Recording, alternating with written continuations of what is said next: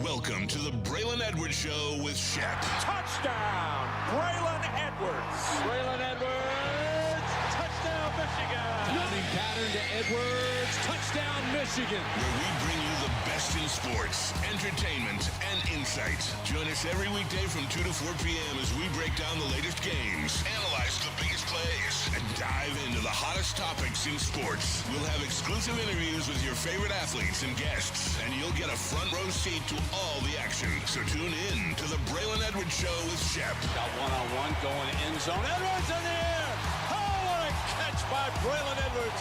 His second touchdown of the game. On the Woodward Sports Network, where sports comes to life. Hey, we hope you had a great weekend. Hope you enjoyed the football. Hope you enjoyed a little basketball, some hockey yesterday as well. And it's great to be here in the studio with our friend Anson and Kool-Aid. And look who's back. Look who's back. Cam is back. Who's back? The return of the sweet potato. Hey, y'all. Where were you, sweet potato? Where were you? You know what? I went down to the sunny peninsula of Florida to support one of my brothers down there. Love that. Love that. Did you enjoy the tropical air? Oh, most certainly, yeah. By the time I arrived, walked out of the airport, got out of my socks and shoes immediately, and never left my flip-flops alone. Love that. Were you walking barefoot through the Fort Lauderdale airport or what? No. They can tell when there's a northerner down there, can't they? Yeah. So I'm sweating. Shorts. You're lucky that you were out last week, because my 3 days, Wednesday, Thursday, and Friday, I should have 3.5 hours total drive time to work and home. Yeah. 8 hours I was in the car. 3 days. It was brutal, bro. You got out of town You at picked the right time. spot, man. Yes, sir. No Although bueno. today, Well, pretty windy out there, man. This morning was bad, but it looks like our commute home will be all right. Shep. just don't look at this weekend and next week. yeah, forecast. a little cold. Did I see Little cold. Oh, negative this weekend's 8? supposed to be bad? And Wednesday, Thursday, Friday, Worse. more snow. I saw -8 on the forecast coming up. Did you really? -8. Celsius? Better get y'all's firewood. Okay, can I just say this? I'm no meteorologist. How far in advance can they truly predict how cold it's going to be? Because you know what we heard about Chicago? We heard Chicago last night was going to be going to make it feel like it was -10. That's what we heard a lot of meteorologists say. And maybe it was because I wasn't there, but I didn't get a sense that it was as cold as you thought it was going to be. It was windy for sure, and that showed in some of the passes. But it didn't feel like it didn't look like it was as cold. Am I wrong there? I know they brought chicken broth and They were all that off. stuff. The meteorologists were off. They told us last week that we would get a dusting of snow. It was not that. Yeah. So whatever they're telling us this Wednesday, Thursday, Friday, which is Yeah. more snow, I'm anticipating more. Well, Because look. we had a mild winter last year. Don't forget. She came back with a vengeance. How much do we appreciate Mother Nature giving us the 4 seasons and elongating this season specifically? I lose the love for that around mid-February. I Okay. like snow in December. I can deal with it in January. Right. But that February, let it be done. Hey, you know what? I'm kind of with you. I'm almost a little bit earlier than that, but I hear you. Great We time to should go to know this Mexico. by now, should we not? Yeah. We should recognize this. Yes, sir. Yes, sir. Hey, you know what? I wouldn't be able to tell that it was cold here by the way our friend Anson is dressed. I see Jocko in the chat says, Anson, put that chest fuzz I away. ain't got no chest fuzz, bro. I shave it, man. I get like 12 hairs, man. Wait, you shave it? Hell yeah, I get like 12 hairs. Shep, You shave your chest? the 12 hairs in the middle? Yes. And the 3 nipple hairs on each side? I want somebody to suck on them bad boys. Let's go. Ain't nobody want no hairy noodle in their mouth. Let's go. Kool-Aid, do you shave your chest? No. Yeah, but you got man chest hair over there. Show it off. Pull it out. Pull out the chest hair. Let's go. I already know you got man hair there. I don't have any kids yet. We don't need to see it. I can use it as a visual. You don't. Look at. Okay, I just want to make sure you're good. Please don't not do doing that. it. I'm positive. I'm not doing it. It's primarily a male audience. Put it back on. Cam, Anson. you shave your chest? I do not shave my chest. No, sir. I would not shave my chest. I'm just trying to get if an I idea could grow here. the hair of a man. Okay, I just can't. I get in my ears though pretty well. That means you're getting old. What about, I don't say that. What word, about the Shep. back hair? I don't have that. Thank goodness, man. I don't have. Well, that. Duncan Stewart said armpits, classic herring. We all do it. Come on, Kool-Aid. I don't. Deherring. Does he mean just shaving them? Herring. He said taking the hair off. Their Oh, leg. I definitely do that. You shave your armpits? Not all the way down, but they get if the armpit hair gets too long, Little for sure. clipping. Oh, but they get so. Like, I did. almost like a clip. I made Yeah. that mistake once. It is just itchy and uncomfortable as It, hell. it is. You're right about that. I'll take a bushel and pinch and snip. Okay, How did we get here? that's not a bad. You opened the door. No, the Chad opened the door. No, I gave an you honest opened your answer. shirt. Well, You could have easily just said, "Hey, I'm comfortable in my shirt," I and am- moved on. You I mean, chose not to. realistically- You got into nipple hair. But who You got does into this? chest hair. I can't You got do into that. ear hair. I can't do that without a tie. Even man. ear It's hair, too bro. high up. How many? Cover it. You probably don't even own a tie. Bro, I've got over 150 ties. 150. Listen, I know that you think you're the only dapper one here. 150 Literally ties. 70% of my wardrobe has been sitting in my Detroit house untouched for 4 years. I got suits on suits. Wait, in my Do you realize the mothballs needed for those clothes? Well, there's a lot. If they lot haven't more been on- needed for that house than just mothballs. if they How haven't many been houses touched do for you 4 have? years, right? Well, I only own the one. I had 29 friends die in 29 months, and I needed a reprieve. Jeez. Living on 8 Mile is a hard life. Not gonna lie. And I needed a break, and I went back up to the country where I grew up, and that's where I've been taking my break. But all my stuff, all my ties, all my suits, all my shoes, they're in Detroit. Why wouldn't you bring them to your new pad? If you saw the small-ish, I guess you could call it a closet, you might understand why. How about maybe storage? Have you thought about that? I do. It's right there in But Detroit. aren't you worried about your clothes and your I am. ties and I've your had suits? I've had 2 squatters in that house. I am more worried about getting robbed than I am access to my wardrobe. Right, I get that. Did any of them borrow a tie? No, to but they go- did. But one did put in brand new doorknobs and deadbolts for me. Really? Did you ask them for the key? No, I put in new ones, and I was like, "Listen, I appreciate you. That's funny. If you come back, I'm gonna have to turn my ringer off here. I that'd be a good apologize, idea. but Yeah. I let him know, and I was like, "Listen, I appreciate you not trashing the place. Grab your stuff. I'll be back in 3 days. Please don't come back." And he didn't. Shout out. That's My- cool. my That's fault. a Shout nice out. way to handle it. It's the Nice way to Detroit style of handling it. Yeah. My man just needed a warm place to lay his head. It was a 5-6 winters ago. I wasn't mad about it. My fault. That was me texting you. Oh, was it? Yeah, Sham. We have Shams! Sam says. We do have some breaking news. Yeah. Kiefer Sherwood has been traded from Vancouver to San Jose for 2 second-round picks. Kiefer Sutherland got traded for what?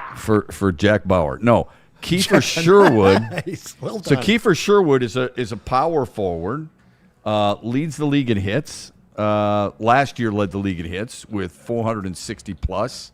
But does he strike out? He does not. I don't know how he does with the ladies, but I do know that they gave up 2 second-round picks for him, and he was a name associated with the Red Wings. Yep. Okay. You were bummed So before the there's- show. I thought he would have been a good fit. He's not exactly what they need. They could use a solid defenseman, a Justin Falk. Rasmus Anderson was traded in the offseason yesterday or over the weekend. So he was traded to Las Vegas. And now suddenly you get a guy like Kiefer Sherwood who would have filled a void. He's physical. He's rough in the corners, good on the half wall, and isn't afraid to take the body, which is pretty evident by the number. So, there's 2 guys that could have been positioned to Detroit and improved them. Would I have given up a second-round pick? That's a good question. I ask people this all the time. Before you answer that, can you name me the second-round pick from your Detroit Red Wings a year ago? And most people probably would say no. Could you name it from 2 years ago? Most people probably would say no. One in the last 5. Right. 3 years ago, you could because Trey Augustine is from Michigan State. He was a second-round draft pick a few years ago. But not many people know who Max Plant is, and not many people know who Eddie Yumberg is. So those are the 2 second-round picks in each of the last 2 years. I don't know if I would have done that. Probably not. If I'm Steve Yzerman, I would probably need more of an impact scoring type player. But just so people know, there's some of your breaking news. Shep, both the NBA and the NHL, their trade deadlines are very close to each other. I'm curious because, again, I'm not the big hockey guy. I am a big basketball guy. I think that there's a lot of people that obviously want the Pistons to make a deal, but I think there's a lot of us here that even though we'd love to see a big name come here, I think when we say we're good with this team, we feel very confident about that. Where are the Red Wings? If the Red Wings, are they in need of a deal more so than the Pistons are right now? That's a good question. Which fan base is going to be more upset if both teams do nothing at the deadline? Pistons. You think that those fans will be more upset? And the reason I say that is I think people view them as a championship contending team. Okay. I don't think people view the Red Wings as championship contending. Sure, they're 62 points tied with Tampa atop the division and tied atop the Eastern Conference. Tampa's played 3 fewer games. Now, see, for me, that would make me argue more for the reverse, because if you're not ready yet, make that move to get to the championship level. And the Pistons right now, maybe you tinker and you mess with a really great thing. Yeah, I got you. Well, if you think it's a really great thing, which it is, we both would agree with that with the Pistons, is it not a really great thing to do what the Red Wings are doing? Oh, hell yeah, it is. I'm just curious because, listen, we've seen It's it for an a couple of excellent years question. now. Everybody in 64 Detroit points, not wants a 62. trade. But they don't want to trade, whether it's for the Pistons, whether it's for the Lions especially, Scooble, all of that. I feel like everybody is waiting when did that for happen? one major trade. That was, hey. Oh, yeah, that was a couple weeks ago. When did that happen? Yeah, so I think it's a great question. I don't know how the masses feel. We'd love to hear from you in the chat and smash that like button. 60, I said 62. That was before the win last night, 4-3, and a really nice win for Detroit. I think they look really good. Here's my concern about the Wings real quick, and then we'll move on. They are a +4 in the goal differential. That's a statistic that usually sticks out to me. I think really good teams, I don't care what sport, I think their point differential is important. 100. And for Detroit, I think it's goal differential. Tampa, who has the same number of wins, same number of points, 3 fewer games, is a +46. Wow. Yeah. Wow. That is the best in the East, second best in all of hockey to, of course, Colorado, who is so damn good and is a +75. +75. Detroit's played a lot of games at home so far this year, and it's great. They lead the East in home victories. They're second overall to Colorado, who's got 19. But I think, I'm not sure which one guy would make the difference for the Wings, whereas we think, I stress think, we have a pretty good idea of that one guy who would fit the Pistons and maybe take them over the top. I think the difference is that right now I think a lot of people could see the Pistons making it out of the East without making a move. Okay. And from what I've gathered from Wings fans is they're not there yet. They need a move, maybe even an offseason to truly contend to come out. When people say that, when Pistons fans say that, do they assume nobody else is going to make a move in the division? Because I'll tell you, I think there's an assumption in that. Yeah. Okay, if there's an assumption in that, that might be a dangerous assumption. It is, and it's the same danger that you saw the Tigers fall prey to, because That's right. we're clicking. We don't need to do a whole lot. Well, these other guys are going to make moves, and it's the same thing. I think that especially the Knicks right now are in a corner right now where you see them make a move. You hear Absolutely. You hear the Giannis stuff. He wants to be in New York. Cat is ready to be thrown out by their fan base. Fairly or unfairly, I'm not quite sure. Okay. But that's a team that I anticipate them making a move. Not sure. Especially now, because they've lost 3 in a row, 8 of 10. Mm-hmm. They're falling further and further behind. I think they're like 6 games behind Boston, something like that. Maybe not quite that much. Maybe it's more like 2 games, 2.5 games. But they're about 6 games back of Detroit. Yeah, I think the thing that's giving people the most confidence about this team is the same reason why you got to be careful about other teams making a move. Everyone's looking at the East right now and saying it's garbage. Pistons will come out. Well, that's more reason that you're probably going to see trades from some of these teams. Maybe a team like Orlando, maybe Boston gets in the fray. Do you think it's garbage? The East? It's weaker, but it's not garbage, is it? Well, it's compared to the West, it's actually the best it's been in some time. I went through a lot of breakdowns. Last year we had 3 teams with 62 wins or more. Okay. The 7 years before that, there was only 2 teams. The 6 years before that, there was 13 teams with 60-plus wins right now.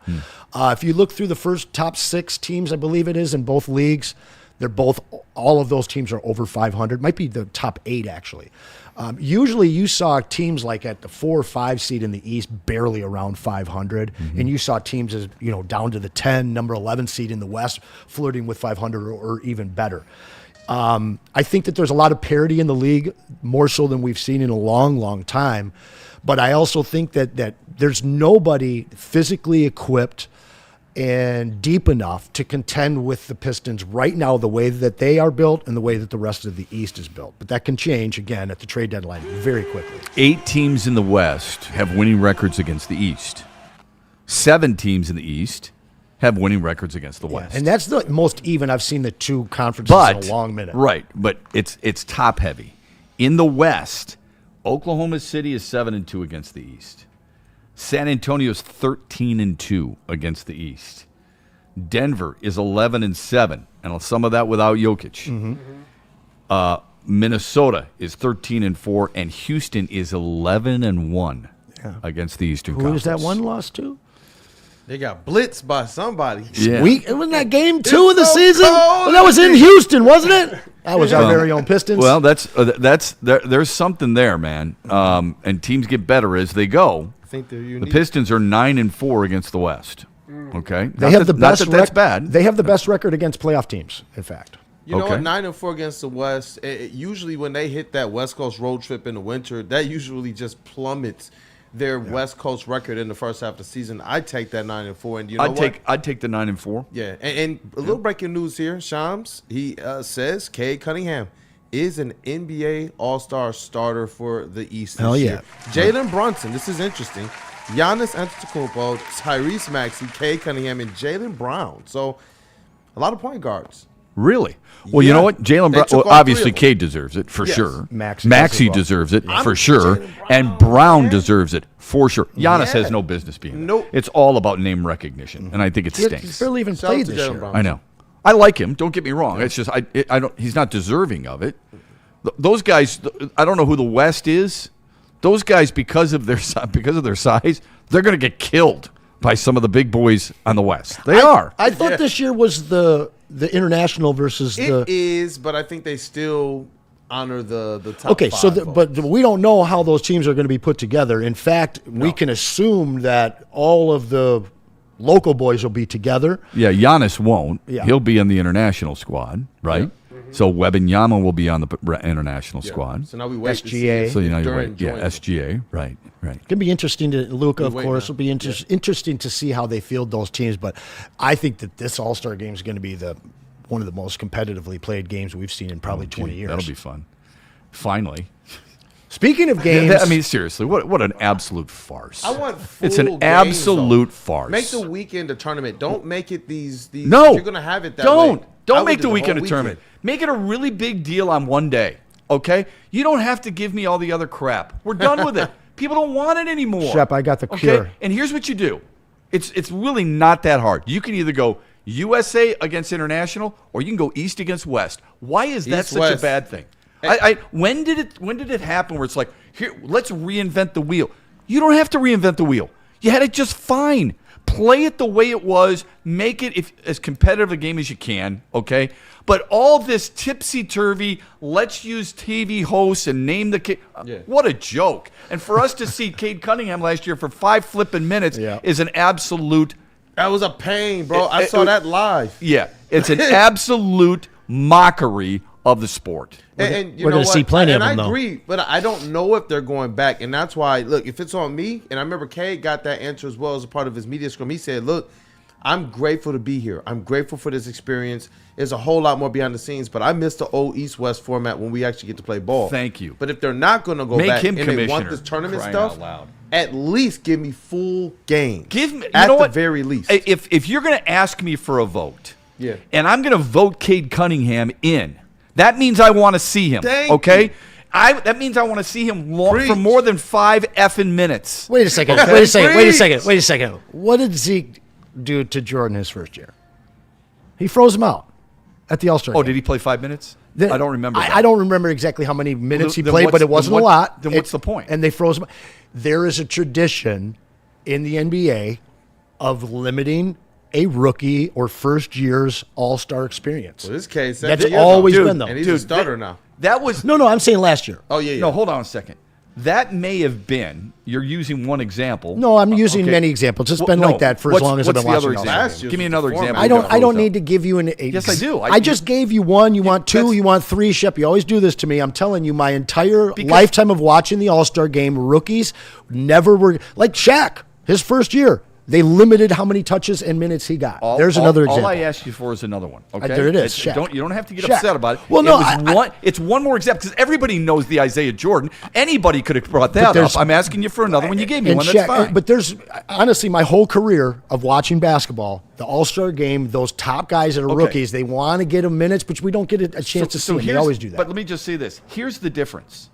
They weren't frozen out by the league, by the format. They're frozen up by the coach and the players. Okay, and if you want to look at it that way, Cade Cunningham, I don't know if that's where you're going with being frozen out, but Cade Cunningham was because of the format Yeah, and we the didn't see league enough chose of that. anybody. Sure, they lost in the first round. And just so we're clear, Michael Jordan's first All-Star game, he played 22 minutes. yeah, but what did he Okay. get? He didn't get the ball though. Okay, but he still played. played less- He had 9 shots. He okay, everybody wanted to see him. He played less than I half the understand. game. Cade went in. He played. They lost. They got smoked, kind so of. it didn't feel like Cade The Cunningham format was ball, terrible though. last year. I agree with that. Yeah, it Cunningham didn't plays feel a like ball. quarter of those minutes. I think that's a rough example. Those personally. games were It's like shorter. 8 points. Yes, I know they Those were. games were I know, shorter. but I would have liked to have seen him. My point is, people want to see these young players. You know what? More. It felt like Lifetime Fitness basketball Yeah. runs. Oh, it was- It yeah, just it was a wasn't- terrible Or format. continuity, Planet or Fitness. Planet Fitness. Planet Fitness. Planet Yeah, that'd be Fitness. a There good you one, go. The Planet Fitness run. There would have been no judgment on that one. Well, you know what? Maybe There would have been a lot of played it. judgment on that one. Maybe they should have played him in the Planet Fitness gym then, because you know what? We're gonna judge this one. And it was Yeah, when we they are gonna signed- judge this Yeah, one. listen, they Damn right. signed those contracts with all of the content creators and streamers and influencers. Hey, sign one with us. We'll take one of those too. But that's what they did. They Sign one started with to us. pander to them, and I get that audience, but I think that it moved them just away from their core basketball audience, Yeah. including the players who are all echoing. We just Yes. really want the East-West. Kay's like, yo, this is my first time here. I like this. I wish I played a little bit Yo, more ball. if though. they're going to do this, if they're going to tell everybody that we're important, basketball fans, Mm-hmm. and the commissioner's office is always kind of kowtowed to players more than any other sport, Absolutely. then start listening Yeah. to these players, okay? If the players want to play, especially these young guys, and good for Cade Cunningham, I mean, grab the microphone and Mm-hmm. tell him, hey, listen, Don, I want to play. A lot of us guys want to play. And let it go. How much you're going to play him, I guess, they can talk to other coaches and so on and so forth. If you're going to freeze him out, quote unquote, and you're going to freeze out Shaquille O'Neal, who played 25 minutes in his first game, scored 14 and grabbed 7 boards, took 9 shots, not a bad way of being frozen out in an All-Star game, then so be it. But if I'm going to get 25 minutes of Cade Cunningham, bring it on, baby. I'll take that. Yeah. It better be more than 5 or 10 for crying out loud. That's all I'm saying. Preach. Well, I mean, those games were to a point total, right? They weren't even timed. Yeah, it was. It felt so quick. Yes, you're right. It felt It so was like quick. it was almost like a It quarter. was to wasn't it? 21. Yeah. Yeah. So Yeah. or 30, I think the score was too. It felt so quick. They were bro. super duper quick. And honestly, Cade in that game in the second half of like the 2:30 or Don't whatever, win he me. really caught a little bit of fire, started to exerted his will on the game a little bit. We all wanted to see him progress to that next level, but I'll agree completely. Absolutely. That format was trash. Now, I don't know if you can get the East and the West to buy back in the way we saw like in the 80s, 90s, and early 2000s without saying home court advantage goes to the winner, which I'm not a big fan of. I'm not either. When you crush your home season, your regular season, you lead the league, you should get that. Now, the one thing that I How about think money? Play for money. If So the, this is- if that's the where I NBA was going. Cup is going to be for money, why not make the All-Star game for money? $10 million to the slam dunk winner. Okay, because Saturday was what They set gave it to the everything NBA off. Cup, All but right, not to the back All-Star. in the day, you remember waiting for Saturday night. It was about Saturday night. All right, you wanted that dunk contest, Saturday and the night dunk All-Star contest was has fire fallen back in apart the for day. 25 years. Nobody cares, right? Right. So if you get a bunch of sponsors to 10 come up with million? a 10 milli, I'm serious. What do you give Look, the they'll skills dunk for real. competition in the three-pointer? I don't know, $500,000. Nobody cares. Nobody cares about that. I'd rather see the skills competition more than any other. I think that that's the slam. How many more real skills seriously, champion, with all due like respect, tournament, and I can't, I'm not a skills competition I guy. can't jump off a piece of paper, but how many dunks do you have to see for you to say, "Wow, here's a 10"? You get the same stuff over and over. Yeah, because and you've over. got a bunch of third string guys who can jump. Like, if you see, like, and I know that they're not around, but if the money was around during the time where you get LeBron, hey, I want to play. How about Dominique? Kobe, I want to get. No, but those guys played in their prime. They joined the dunk contest in their prime. Yeah. These guys nowadays, for the last 20 years, is I'll do it in my first 2 or 3 years and then I'm done. Right. You bring out $10 million in a real LeBron title. needs it. You're right. LeBron needs Well, it. to LeBron isn't going to do it. But if you look at all the other guys, like Anthony Edwards, 10 milli, he gets in that dunk contest. And now we don't have to I think you hope have to- for Max McClung to win it. But I do. He got waived, by the way. It's a good point, but you do have to be careful there because the perception is He'll be back in already time. pretty strong against how much those players make. Oh, sure. And if you're asking, No, Jason you're- Tatum making $73 million next year, and you're going to say, well, how about $10 million more for a dunk contest? Why didn't they Come give on, that man. type of prize money? Like, I get the NBA Cup and what they're trying to do, but I'm like, you couldn't have incentivized All-Star How Weekend that way, how too. about something noble? How about this? This is just an idea. How about charity? How about giving it to NBA charity? How about you win $10 million and you get your choice of NBA charities on which you can donate. You'll keep half and they get half. How Hey, about look, doing something like that? KC2 All-Stars would have loved that. His AAU team that he brought here this weekend. I mean, how cool would that be? Well, and I think you appease the fans that get upset over the money that gets doled For out to sure. these players, but at the same time, you like incentivize the that, players to have the best dunk artists in there. Because that Absolutely. was so sad. Seeing like a guy like Kobe win it at such a young age and then, I'm done. Like, give him a reason to come back and win it again, man. And I'm at least glad that he did it because you don't really get your young stars of today entering the dunk competition. You get the young high leapers, but you're not getting like those young stars, The star. that are going I out think, on a consistent but I do basis to believe the compete against luster each has other. completely worn off 100%. the dunk contest. Because And- the and- main guy stopped entering it. No, I think it's because look, you can only get so creative. So, Blake Griffin going over Ikea is pretty cool. Sure. Okay. Last good dunk contest. But it's hard to recreate certain dunks and make it super exciting. But- outside of old NBA former dunk champions putting a number on a board and giving you 10, 9, 8 or whatever. Yeah, but people, It gets a little and I'm not much. saying that Cade would be in the dunk contest, but Yeah, people he would be a lot more excited about Cade Cunningham than Aaron Gordon. Agreed. Although Cade Cunningham wouldn't be in the 3-point shooting either. No, unfortunately. not this year. Unfortunately. or the free throw shooting He contest. wouldn't be in the free throw shooting contest either, unfortunately. But He'll get it but back. I would take him in the skills contest. Oh, yes. Absolutely. I mean, Oh, I would yes. just little things You like like the that. skills contest, huh? Here's what I like about it because, look, you and I have complained before about the NBA being 3-point shooting and dunks because that's all 4-letter network show, and that's what all these kids want to do. They do. They want to shoot threes, and if they can't shoot threes, they want to dunk the basketball. Cade Cunningham gives us something other than that. A lot of guys do. Yep. And that's what I want to see. His ability to pass, I wish he'd take better care of the basketball. The turnovers are too much for me. But his ability to pass is special. And I would love to see that. I would love to see how guys do that. I mean, way back in the day, if White Chocolate was putting on some type of clinic of passing the basketball, One of my favorite passes. it really, Elbow I mean, to Gugliotta. he was a weird dude. He was a weird Yeah. dude, but man, could he pass. He's Son one of of the most Virginia's gifted own. passers of all time.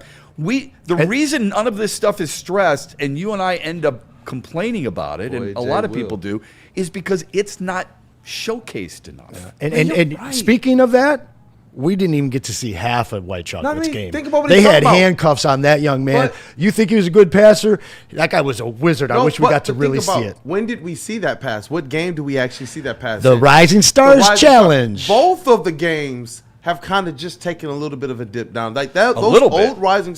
The early Rising Stars games were so good. It is. It's a huge deal. I'm not here Was for it- it. was Yeah, and you don't. Here's the problem in today's. Yep. I think a lot of maybe right. it's corporate America. Everybody tries to say, "Let's get something new and exciting," when the old can be exciting too. Oh, I got some for you. And how many of us think the home run derby is old by now? You Never like be the home old run to me. derby? Never be old to me. I can watch the old black and white home run derbies, Well, man. I know what you That's mean. because you're Willie Mays. You It didn't has have frickin- time, Yeah. but for what Anson is saying and exactly the point you're trying to make, it's what works. Oh It's my God. consistent. They didn't mess with it really. But wouldn't you rather, or in addition to, not rather, okay? So you get a kick out of the home run derby, that's fine. What if you found, Ellie De La Cruz and they had a time of him going first to third? Or you had a number of other guys being timed first to third, or the most accurate arm from right field, throwing it home. go, Right? Ichiro. Or how about this? How about a catcher in the pop time? Because we hear about pop time all the time in baseball. Not many people know that it's glove to glove. The baseball okay? skills challenge might be the coolest one if there was one. How about this?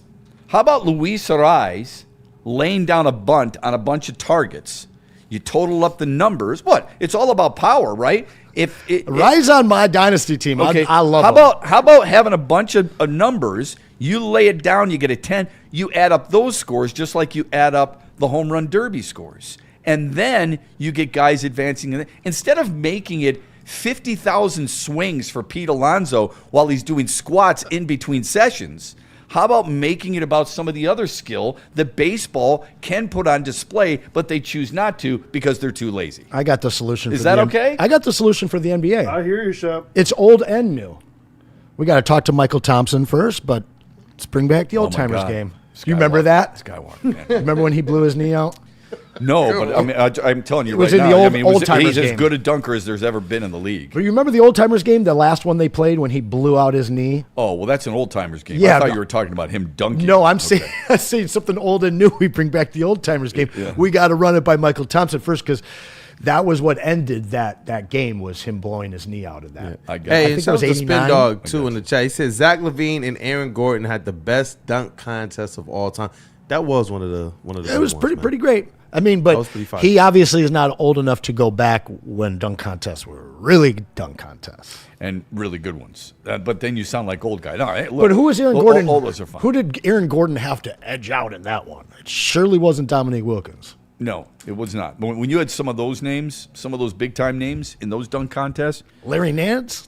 oh, please. I mean, He was such a good dunker. it was so incredible. underrated. And you know what? They all wore their uniforms. Larry Nance is wearing 22 Love for that. Phoenix, right? Those old school Dominique Phoenix. Wilkins is wearing 21 for Atlanta. That's awesome stuff. Harold Miner. Oh, never mind with Harold Miner. All right, we're going to dive into some 23. football discussion. Baby Jordan. Miami Heat. Everybody wants the next Jordan. He was Baby Jordan. For We'll dive into a some minute. football discussion on the other side. But first, this from Ven Johnson. Hey, man, listen. Hey, Some man. of you guys aren't feeling good. Some of you guys feel like you didn't get justice over the weekend or during your Lions seasons. Ven Johnson can't help you with the Lions, but he can help you with everything else because, listen, they're going to try and keep money from you, whether it's insurance company, the government, corporations, whoever it is, they don't want to pay. So you need a fighter in your corner. Head on over to venfights.com and get Ven Johnson Law in your corner. Amen to that. You know who else should be in your corner? Art and Jake's.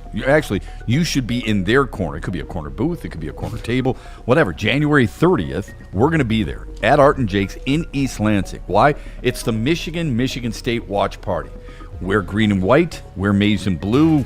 Maybe you're going to the game at the Breslin Center. If you're not, there's no better place to watch it. Why? How about 80 live big screen TVs? Great food, great cold beer, great drinks, and good people to sit around and watch the game you love most. Friday night, January 30th, East Lansing.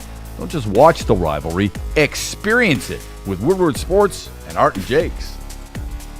Fitness now has even more best-in-class strength equipment. Join today for $1 down and save. We're stepping it up. We're not slowing down. Finding new face. New focus. Love that new equipment smell. So, you in? Join the club today. Save when you join for just $1 down, $15 a month. Planet Fitness. We're all strong on this planet.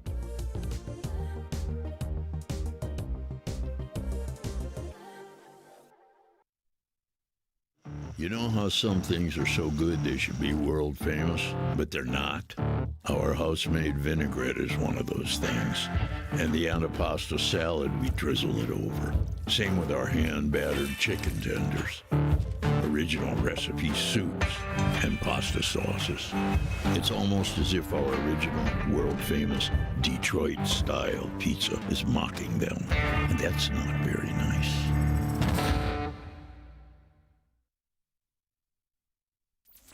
Is that an octopus in your pants, or are you just happy to see me? See what I did there? Go Red Wings! From Octopi Experts Woodward Sports. Why do we fight? We fight to protect the innocent, to hold the powerful accountable, to bring the oppressors to justice. Why do we fight? We fight to secure and preserve our civil liberties, to get each and every one of our clients the justice they deserve, and to make the lives of real people just like you whole again. ThenFights.com. January is almost over. How you doing on that resolution?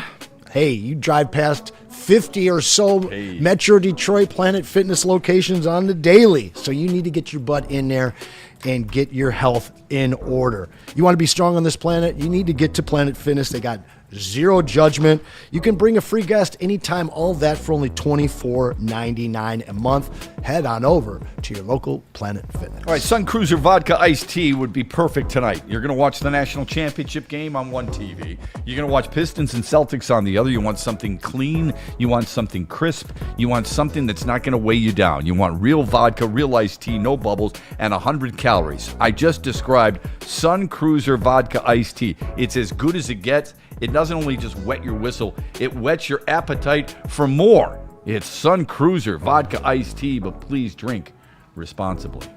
All right, just as a carryover, I said this in the break, and Anson's probably right about this. I said, I'll take Dr. J and David Thompson in a dunk contest over anybody I've ever seen.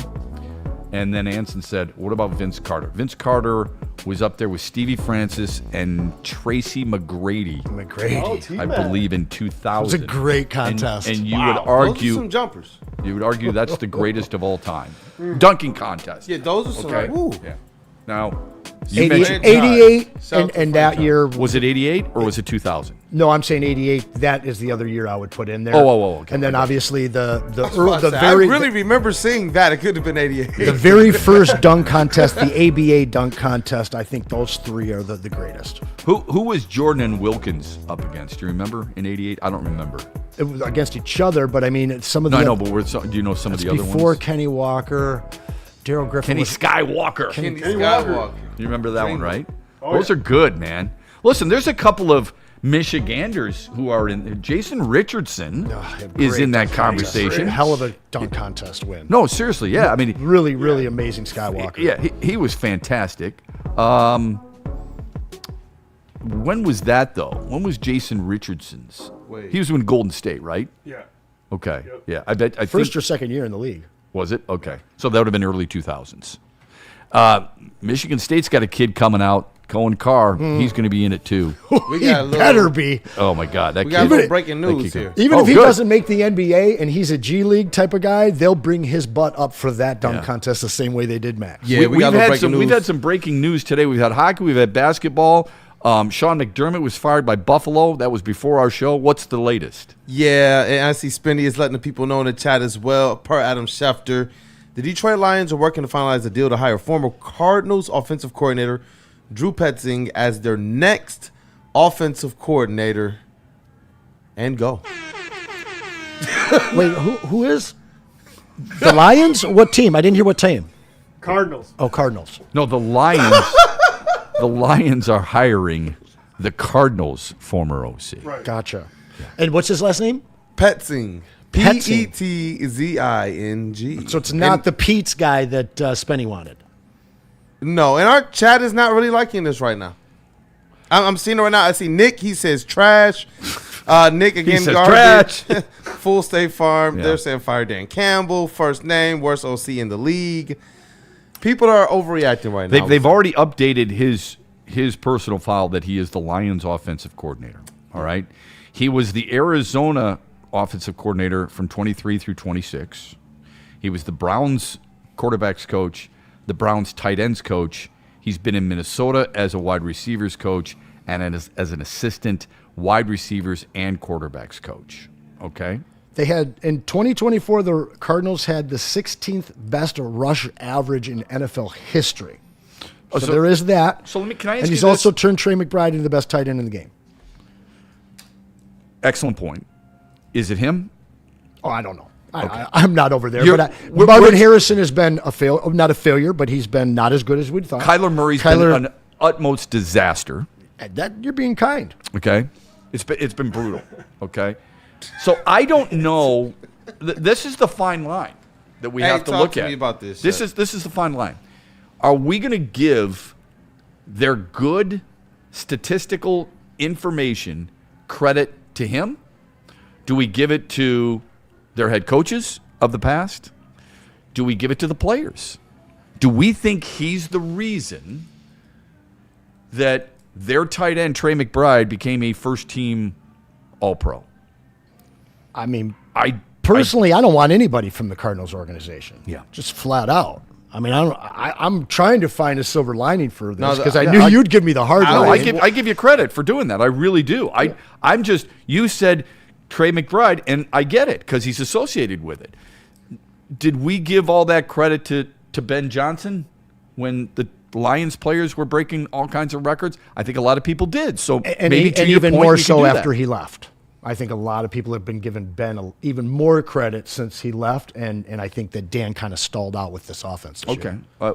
I hope people also Chad understand is that. livid right now. I also hope this. yeah, Ben they- Johnson's last 14 quarters in the NFL playoffs as the play caller, 6 turnovers on downs, 2 lost fumbles, 8 picks, 1-3 record, outscored by 35 points. Those are the last 14 quarters with him as an offensive play caller. So let's just be, if you want to be real, let's be real. Okay? So you got to take the good with the bad, man. That's all I'm saying. I don't want John Morton here. I'm glad he's gone. I think what we see here, correct me if I'm wrong, we see guys who actually ran teams and said, wow, they're available. Mike McDaniel, who's probably going to be a head coach. All right, so whatever. And you're thinking, if this guy's so good, how come he's not on everybody else's list? Why is it he's coming here? This is big. If Dan and Brad don't get this right, talking to those guys like I just played euchre with them Friday night, but if they don't get this right, this could be the end of them. If that team doesn't perform next year and they make another mistake, remember, we said this before, he's 1-2 of an overall record on offensive coordinators. This guy, let's hope he's right. Let's hope he knows. He's a hell of a lot smarter than we are about football. But damn, you had some other choices out there. This is a little surprising. And I think because it comes from left field, no pun intended, people don't necessarily know who this guy is, and they don't like it. This was a desirable job, and you pull the Cardinals' offensive coordinator. This is what I talked to you about a couple weeks ago. Damn! Around Christmas. This is a premier. Hot. I'm hot. This is a premier job, right? Yes. You have this sexiest offense that's able to be taken over by a new OC in the NFL. Mm-hmm. You're punching your ticket here. You come here and you fail, you're out of football. You come here and you succeed, you're a head coach next year. Right. And this or within team- the next few years, Yes, yeah. and this yeah. team is high profile enough where I believe that they should be able to go out and get the cream of the crop. And yet again, this feels and looks very much like the Johnny Moe development hire, a guy that you want to see hit his prime in 3 or 4 years. We need an offensive coordinator's prime this coming season, not somebody learning on the fly. And I know that he's been an OC for a couple of years now, but Shep hit the nail on the head. This was a premier job. and we understand what the stakes and the expectations are, and we want to give as much of the benefit of the doubt to Brad, to Dan, to this organization because of what we saw them do to start off all of the optimism that we have for the Lions. But this is one, after you see that the offense kind of fell apart, I'm scratching my head right now trying to figure out what exactly set him apart from some of the other names that we believe could have come in here and absolutely done wonders with the team from an innovation standpoint. We talk about getting your Ferrari drivers. Yeah, I'm trying to. I want to be fair here, but it's just like I'm feeling like our chat right now. They are hot. You see, Shep is hot. I'm looking at even our group chat right now. Your chat's hot. This one is one where I'm a little confused. I respect you. I respect you for being able to keep it under control, and you too. I think it's great. Here's the thing. This one's a little when tough, you've got man. a guy like Mike Kafka, who's been out there, okay, you've got. I mean, Sean McDermott just got fired in Buffalo. Kafka would have been Would what Joe Brady? One would assume Joe Brady's going to become available.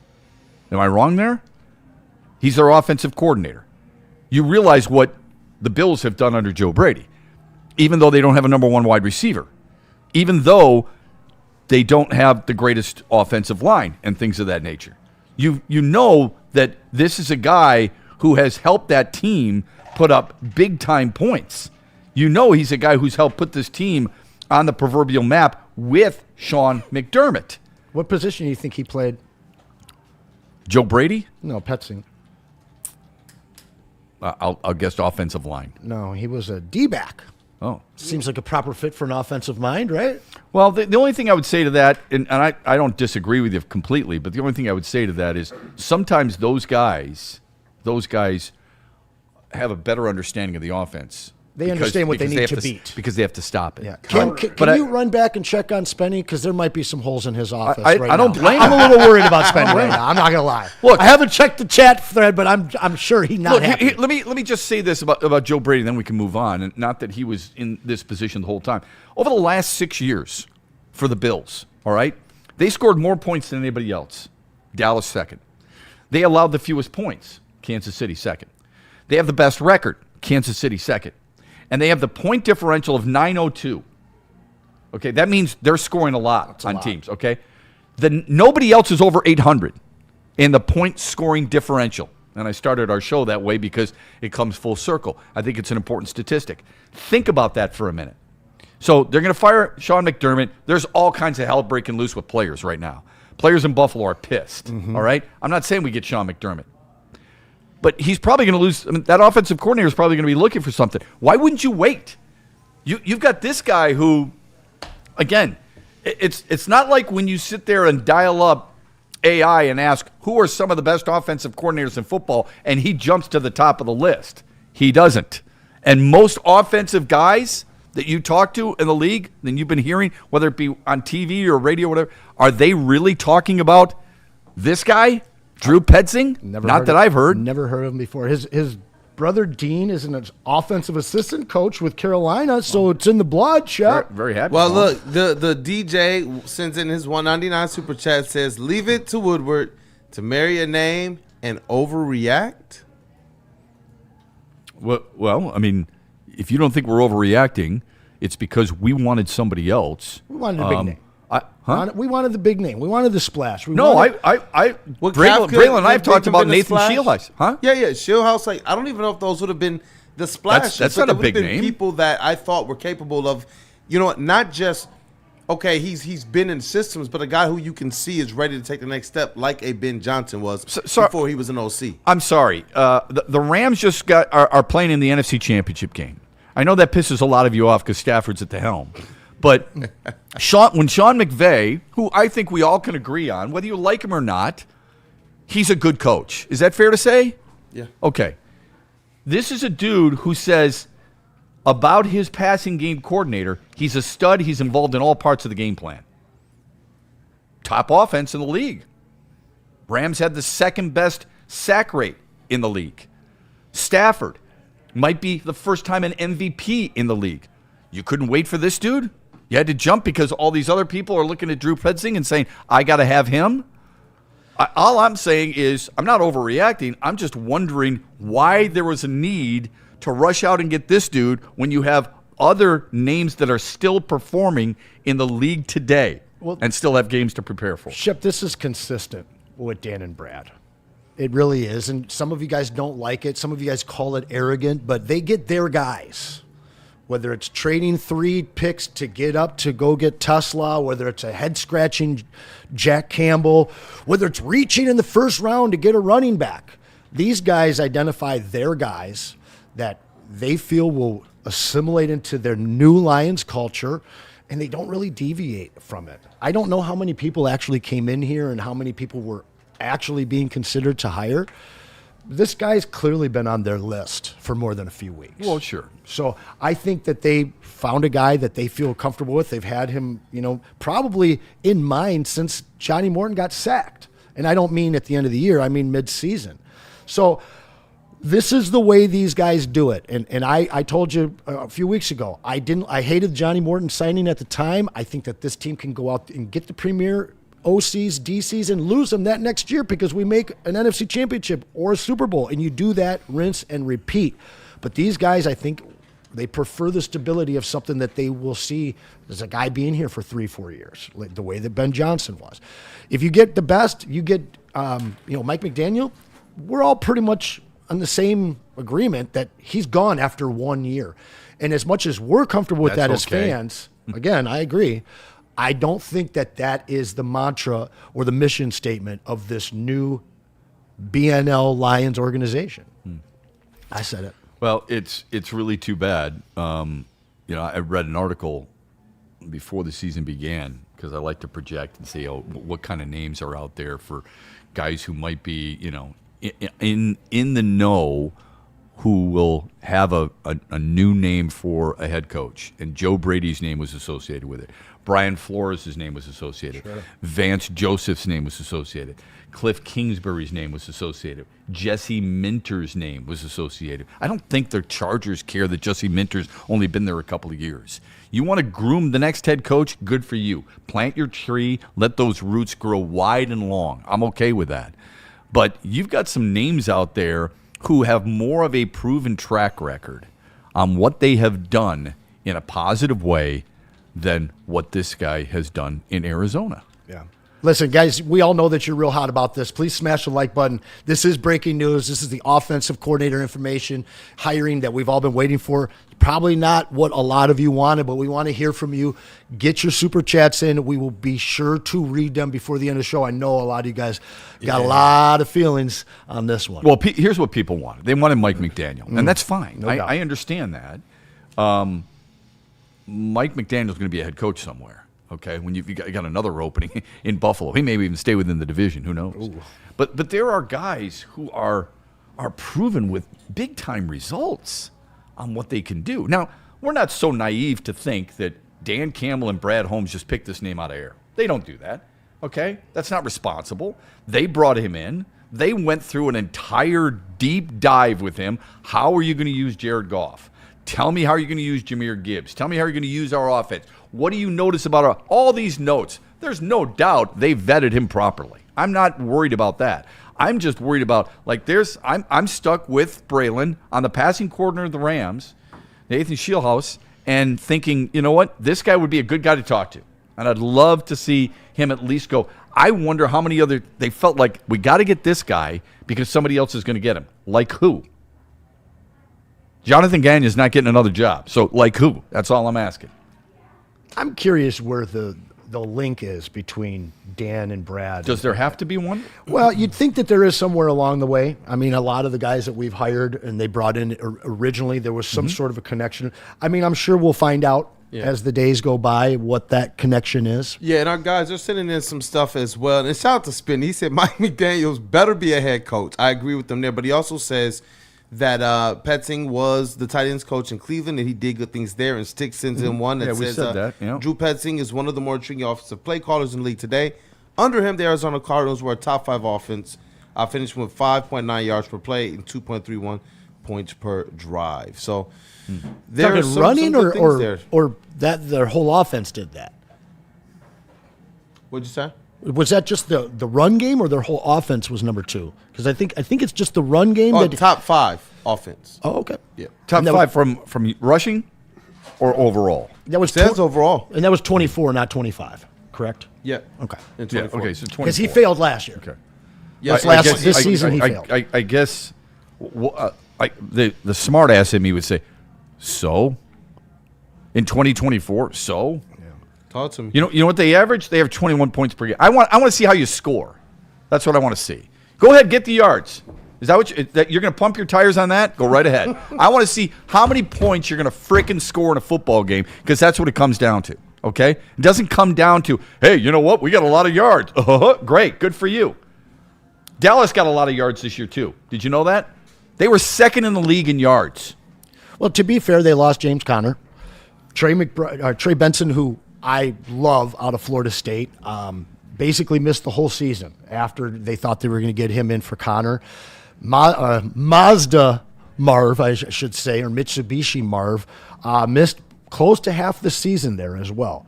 Trey McBride, obviously the best tight end in the game this year. I think it's maybe a little unfair to judge their season this last year based on all the injuries that they had. 2024, that offense did click pretty well, and we thought Kyler kind of turned the corner. People get mad at me for saying this, but I really trust in Dan and Brad at this point, and I'm going to have to trust in this one. Okay. Top By the five way, they were not. offenses They in were, offense plus is what it says. Oh, okay. I was just going to say not they were overall 11th in total yards. Yeah. Okay. Offense plus. We're going to dive top deep 5 seed. into all that stuff. We're going to dive deep into it, and we're going to look at it. And we're going to say, yes. You know what? It sounds like what they're doing is they're kind of mouthpiecing what the organization might say. The organization is going to tell us, well, this is what they were really good at. Yeah. Here's what we know. It was part of a team that finished with 3 wins this year, and part of a team that last year finished under 500 as well. So if you want to lie all that at this guy's feet in 1 year, how great the offense was, way to go. At the same time, though, we can't put all of the failures of that dreadful franchise at the feet of this man either. So we did it with John Morton. It's interesting, isn't it? John Morton was the reason that the Lions couldn't score, and yet they actually did. When he left, they were a pretty damn good offense. And again, I'll reiterate, I did not want him back. But we laid it at his feet. We lay it at the Tigers hitting coach's feet, don't we? We have no problem with that. When our penalty kill sucks, or our power play sucks with the Red Wings, we'll look at the coaches, but we're not going to lay it at this guy's feet. Even though we could do it with our guy, we don't want to do it with this guy because we want to trust Brad and Dan. That's the reason why. We don't want to break our trust in them yet. We're still in the honeymoon phase. I know that seems weird. Look, but I've the said I divorce trust them from too. those guys, look at what happened when we I'm not divorced from Joe Dumars. Look, I know you're not. I'm not divorcing. I'm but talking even to in the these most people. successful marriages, you have disputes. Okay? I don't care. I don't care. Talk to him, Seth. I don't care if it's the color of the wall. I don't care if it's the chandelier you're about to buy, or whether or not I get a simulator in the garage. What are you eating tonight? You're gonna Buddies have, again? Yeah, you're gonna have disputes in those types of. It doesn't mean you got to get a divorce. All it means is you got to open up the lines of communication, and hopefully you find a common denominator. That's the hope. Man, look, do you mind if I read off a couple of these? Yes, please. Catch us up, baby. Let's go. Oh, man, just Lil Brian sends in a $4.99 super chat and says, I'm convinced we just want to be different out of all the choices. What the heck? We hired Megamind. Is that what he looks like him? Have I seen that? Yeah, right over there. Okay. All right. Oh, I said my kids. Oh, my goodness. Look at that. You looked it up, did you? Oh, my gosh. I'm trying not to. Because watch them come here and ball out. Watch them come here and ball out, and they're going to use this. Somebody buy that man a headband, please. Well, he's going to watch him come here and ball out, Anthony. I'm telling you, you're going to regret it. Okay. All right. Our audience can't see it, so let's get to something they actually can. They can't see that? Oh, no, they know can't see Megamind. Megamind. Is No. what They you're talking they got to know Megamind. They know. But just little Brian sent in another one. He says it's $4.99. They're showing us they won't change. We cannot develop everybody. This shows me they aren't taking the offseason serious. I have no faith. That's his second super chat on this. He's hot, man. Who's that Megamind, though? That's just Lil Brian. He sent in 2 super chats already. He's hot. Worth every penny, brother. Yeah. Well done. Goodness. What else?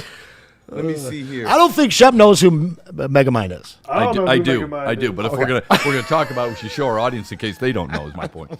Let's see. The fact we didn't know this guy he interviewed says a lot. We didn't even hear he interviewed with anybody else. Does that matter? Do you think? Well, I mean, I think that tells you that this guy's been on their board for a while. I think the other guys that came in for interviews were the guys that maybe were just released and fresh on the market. This guy, I think they knew they wanted him. But has this been mentioned that you guys recall in any of the local beat writers? And Nick sends in a super chat, $4.99, saying the fact we didn't know this guy interviewed says a lot. Yeah, that's we right. didn't hear he interviewed anywhere. I didn't hear anything. Yeah, that's the one I read. I'm just wondering. When you guys read, whether it be Dave Burkett or Justin Rogers or any of the guys we follow, right? Mike Payton, A to Z Sports. I don't remember this name coming up, which doesn't mean that it's the wrong choice. By the way, but that's how this team handles stuff. They've always been very close to the vest. They just really have. This one's super close. This one's like tucked into your pants, up the sleeve. Okay? Yeah. Hopefully, it's a pocket ace. There's another one out there. Kool-Aid, you want to get to that? Another super chat? Go right ahead. Let me see here. I'm seeing Labartney in the chat. Do super chats Shout even out. matter? Or just don't send them the last 30 minutes. P.S. Maz needs a hug. I'm sure he does. That was the first thing I did when I came in today. He did. Very, very happy. I was for the you. one that told Sean, I'm like, listen, you better bring that man some breakfast in the morning. He's like, he'll get nothing like it. Can you please explain why, in case it's an inside Yeah, joke well, here? if you guys watch the morning show, first and foremost, Maz is a devoted New York and Detroit fan, all sports. He's been here half his life. He is a dedicated Lions fan. However, his daughter worked for the Bears, and she had given him a That's a nice pullover daughter. or something, just because it's her dad. He's never worn it. It sits in his closet. And they have crucified him all year, calling him a Caleb Williams fan, a Catfish fan, and a Chicago Bears fan, to the point where he's actually pulling for them. He wanted so badly to win that game tonight and come in here and hand them their lunch, but he got it handed back to himself. But he did get a free breakfast now. So your coordinators now are Kelvin Shepard, as of right now, unless he's interviewed with the Dolphins, and Drew Petzing. From the Cardinals. Those are the coordinators, all right? Yeah. And it's a lot of forehead on a sideline between those two. I mean, that's a far cry from what you had a couple years ago. Put up K-Shep now, too. Right? Please put up that Megamind. We just got two more super chats. When you had Aaron Glenn and Ben Johnson, and then suddenly you go this route, it's a different approach. Let's put it that way. It's a different approach. I'm telling Michael Wary just sends in he sends in a $2 one. Who is this guy? Braxton Bailey sends in a $10 super chat. Shout out. Did somebody forget to mention the great weed selection in the Holy Meyer grocery store chains to Mike McDaniels? Yeah. Well, they don't think that they did enough to recruit. I still think he's going to be a head coach somewhere. I feel like this move kind of if Kevin signals Stefanski's going to be a head coach and he took the Falcons gig, I think Mike McDaniel's going to be a head coach. It feels like maybe some of these coaches are that we wanted, the splashes. If they get head coaching jobs, that means that some of the other guys like your Schillhouses, your Kafkas, those guys are probably going to get taken into some pretty. I don't know, man. I feel like the Lions could have made some play for somebody with a name. I'm sitting here trying to make sense of it. Like, okay, maybe this guy's getting hired, so now that shifts everything around. There's a mad scramble.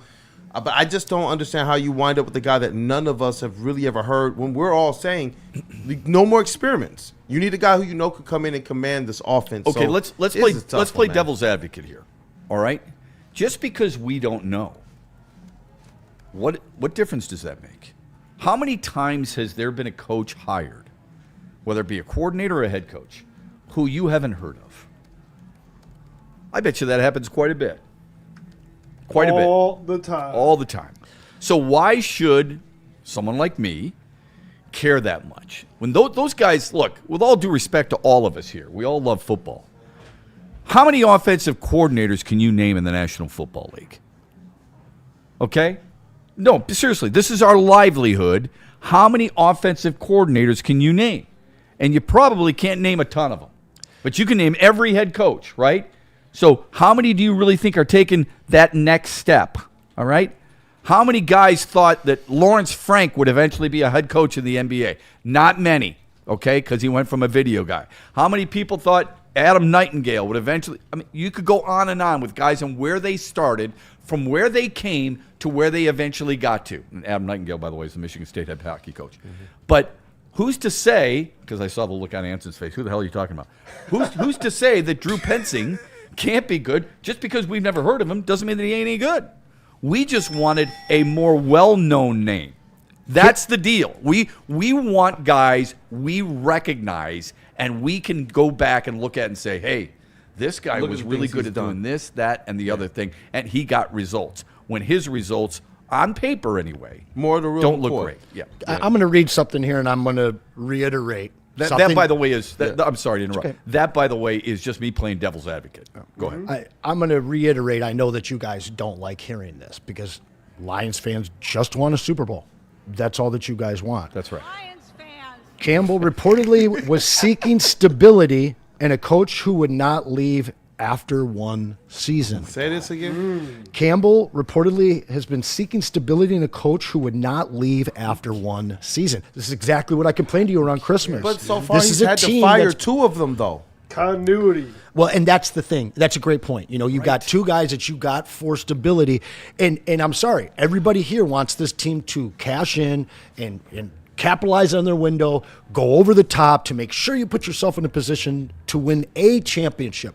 This team, this organization wants to be a winning organization year in and year out, and maybe one of those years they'll be able to capitalize on it. I know that's not what you guys want to hear, but this right here tells you that. Hey, look, if they wanted to win a Super Bowl this year, they go get McDaniels. Where's your confidence level right now after this hire? It hasn't changed at all. Not at all? Not at all. They'll win the division next year. All right. I love that. I actually love that. Thank you. And you know, will they win the division because or despite of this decision? I think it'll be lateral. I don't think that he's going to hurt them or make them. We don't know. Yeah, the answer is we don't know. Yeah, of course it is. Okay. But I don't think that he's a guy that is fired mid-season, and I don't think he's a guy at the end of the season saying, we brought the new Ben Johnson in. How do we know that?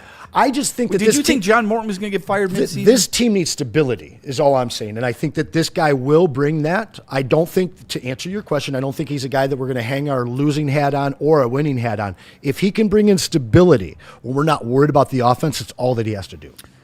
Here's where I want stability. General manager, head coach. That's where I want stability. If my coordinators are getting hired, you know what that means?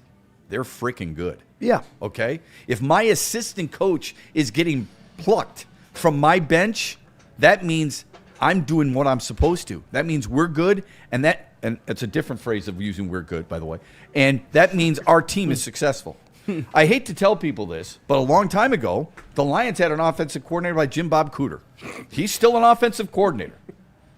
Tommy Reese was available. That wouldn't have been a bad one, right? Joe Lombardi was an offensive coordinator here for the Lions. I know, we all want to scream, but he's an offensive coordinator right now, okay? I don't care, and by the way, he's in Denver. I don't care, and obviously this doesn't matter to Dan Campbell and Brad Holmes. I don't care about the stability as an offensive coordinator. I want this dude to kick ass and then go get a head coaching job. Because that means our offense is really good. If I didn't realize that the criteria for the new coordinator was going to be, I want stability. I want him here as an offensive coordinator for a long time. Why'd you promote Kelvin Shepard? You promoted Kelvin Shepard because you thought he was going to be the best guy for the job. He might go to Miami. He might go to LSU. Remember? Those were the that means somebody liked what he did. That means he probably did a pretty good job at something. Oh my gosh. So now you're going to hire a guy maybe who isn't going to be that successful because he wants to stay as a DC? Don't you want to hire people who want to elevate to something more? You hire people at this network all the time. You're not hiring Cam if he just wants to sit behind that glass. No, you're not hiring Kool-Aid if that's all he wants to do. You want them to aspire to be something good, something better, something great. I just used Ben Johnson. Damn it, that's what I'm hoping for. Instead, Dan Campbell's telling us via sources, I want somebody who's going to be here a while. Bullshit. I want a guy who's going to be here, be successful right away, and then other teams come sniffing around and going, you know what? that dude's really good. We didn't see him as a possible head I coach. see what you mean. Hey, look, get plucked, and you know what? I hope your Super Bowl ring doesn't go off at TSA onto your next. Amen. job. That means I got to get go that. interview some other guys. Yeah. That's okay. I That get that means one. I have nurtured this guy along, done the right thing, and he's kicked ass for my team. That's what I want. Yeah, but to use your own point, I guess when you look at this team, I don't even want to say that. I don't even want to spin that one. I'm gonna reserve that one for another day. Okay. Well, I guess the I want stability Zach though. Robinson to be a head coach. All right, I'll say I would have taken Zach Robinson. you said it. They're 1-2 with their OCs, right? Yeah. And having to fire a guy in the middle of the season and taking over play calling obviously takes the stability that we know Dan to be, and it takes it and it robs it from him. It ruined him this year. We clearly saw the deficiencies that he has as a head coach if you ask him to do too much.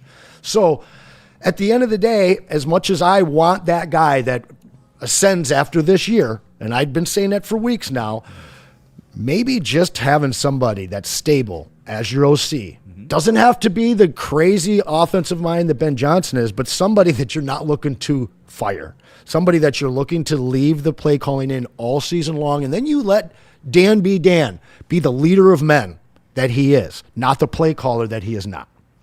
I read an article before the season began. They ranked the coaching staffs. Always interested in where the lines are. I just referenced this. The Cardinals coaching staff with Jonathan Gannon, canned, and Drew Petzing ranked 23rd in the National Football League. The Cardinals would be much, much higher in this coaching staff who do cool stuff rankings. Gannon, if he kept it fairly simple, they don't even mention the offense. Yeah. They don't even mention Drew Petzing. Not that this is the Bible by any stretch, okay? Because they had Chicago's at ranked 22nd. So I'm not saying this is the be-all, end-all. But it goes to show you, I think, that there's a lot of people who cover this from a national perspective who look at this and go, why? And why now? If you got an opportunity, if the Rams win the Super Bowl, and Matthew Stafford, who's thrown, for 75 touchdowns, and it seems like, 18,000 yards in a single season. If you want that guy, and that guy's available, and you can make him your OC, what would be the harm in waiting? Now, maybe they know something a hell of a lot better than we know. This is just a guy on their list, like they do in the draft when they take somebody a little earlier, 10 picks before what you thought it was. This is how they do it. This is consistent with their brand of management of this team. And, I mean, listen, there's been a lot of guys we've rolled our eyes at that have really worked out. There's been others that haven't. I think somebody in the chat said it. Let's have a little bit of faith and a little bit of patience to see what this turns into. I mean, look, that's effectively the only position that we're in. Yeah, well, that's all we can. Yeah, it's all we can do. But I don't know. You can make a call to Allen Park, Shep. Come on. But, make some moves. And get dial tone at the end of it. Look, let's have a little faith. That is the right approach. But from an emotional standpoint, and I try my best to keep emotions under control, I don't see why it would be this guy at this time when there are other opportunities out there and other guys. Like I said, Sean McDermott just got canned today. My guess is Joe Brady would be available. How does it harm your organization by bringing in a guy who knows what the hell he's doing with an offense and can highlight that offense, especially when you got the weapons that Detroit has? Only because, Joe Brady might be a head coach somewhere? That dismisses him from your list because he won't be here for the next 5 years? That, to me, makes no sense whatsoever. I don't know what businesses operate that way. Seriously, what businesses operate this way? Hey, our team is really damn good when there's this much turmoil over an OC. Bro, they're hot in the chat right now. If it's super chat them in, we'll read them. We will. Let's take a quick one, Let's man. do that. All right, Let's we'll do take that. a quick one. This is from crazy. Smoothie King and Sharon's Heating and Air Conditioning. We're going to hear all those. Kool-Aid's laughing. He's got a ton to get to. We're going to let him have that microphone and talk about everybody in the chat when we come back. honestly, you guys need to get to Smoothie King. Cool your all selves down right now. Everybody running a little bit hot, but hey, it's more than just cooling you down. They've got real ingredients, fresh fruit, protein options. It's going to make you feel good to start your day, feel good when you come home, feel good before a workout, feel good after workout, fuel smarter this summer. You can download their healthy app and find your go-to blend at any local Smoothie King. And you can find them at smoothieking.com. Don't forget to nominate your local Detroit area high school athlete today for the Smoothie King High School Athlete of the Week. Cold out there today. Make sure you're staying warm. Sharon's Heating and Air Conditioning can take care of your furnace, take care of your heating system, take care of your air conditioners. You name it, they are absolutely the best at what they do. They are experts. For 40 years, they've been providing reliable service and treating customers like family and covering you in a fast, dependable, emergency service type of way. Go to their website, SharonsHeating.com, or call them today, 734-238-3805, and tell them the Braylon Edwards Show sent you. Haircuts for men, and claim your throne for a king's treatment from one of our talented stylists. Open 7 days a week. Walk in anytime. Just get to a Lady Jane's today and receive a precision haircut, scalp massage, hot lather neck shave, and a hot towel treatment. A haircut should not be a chore. It should be an experience. And that's exactly what Lady Jane's has to offer. Open 7 days a week. Walk-ins are always welcome. There's always a location near you. Lady Jane's Haircuts for Men. It's wicked awesome. Big injuries, big news. Twice a week, Dr. Jeff Pierce from Michigan Sports and Spine joins Woodward Sports Network for the Injury Insider Report. Big D Energy Tuesdays at noon. Braylon Edwards and Shep Thursdays at 3:30. Get expert analysis and in-depth breakdowns on the latest sports injuries from the man trusted by top athletes in the community, like D-Mac. Whether it's the Lions, Pistons, Tigers, or Red Wings, Dr. Pierce talks us through it all. Don't miss the Injury Insider Report with Dr. Jeff Pierce, your go-to source for understanding the impact of injuries on the games and players we love. Only on Woodward Sports Network. Scan the QR code on the screen or go to MichiganSportsandSpine.com to see if Dr. Jeff Pierce can help you. Like a frostbite straight from the divine. Cold rush on my skin feels so fine. Muscle freeze, the ache. No side effects, no mistake. Chill sub-zero, icy and true. Feel the chill, it's all for you. It's not magic, just science play. Chill sub-zero. Looking for your daily sports fix? Look no further. Join Braylon Edwards, the University of Michigan legend. Lofting it right corner of the end zone for Braylon, up in the air. Touchdown, Michigan! And Shep. Do you believe this comeback? Your favorite sports commentator as they tackle the hottest topics in the world of sports. Catch the Braylon Edwards Show with Shep, Monday through Friday from 2 to 4 p.m. on the Woodward Sports Network. Get ready to laugh, learn, and love sports like never before.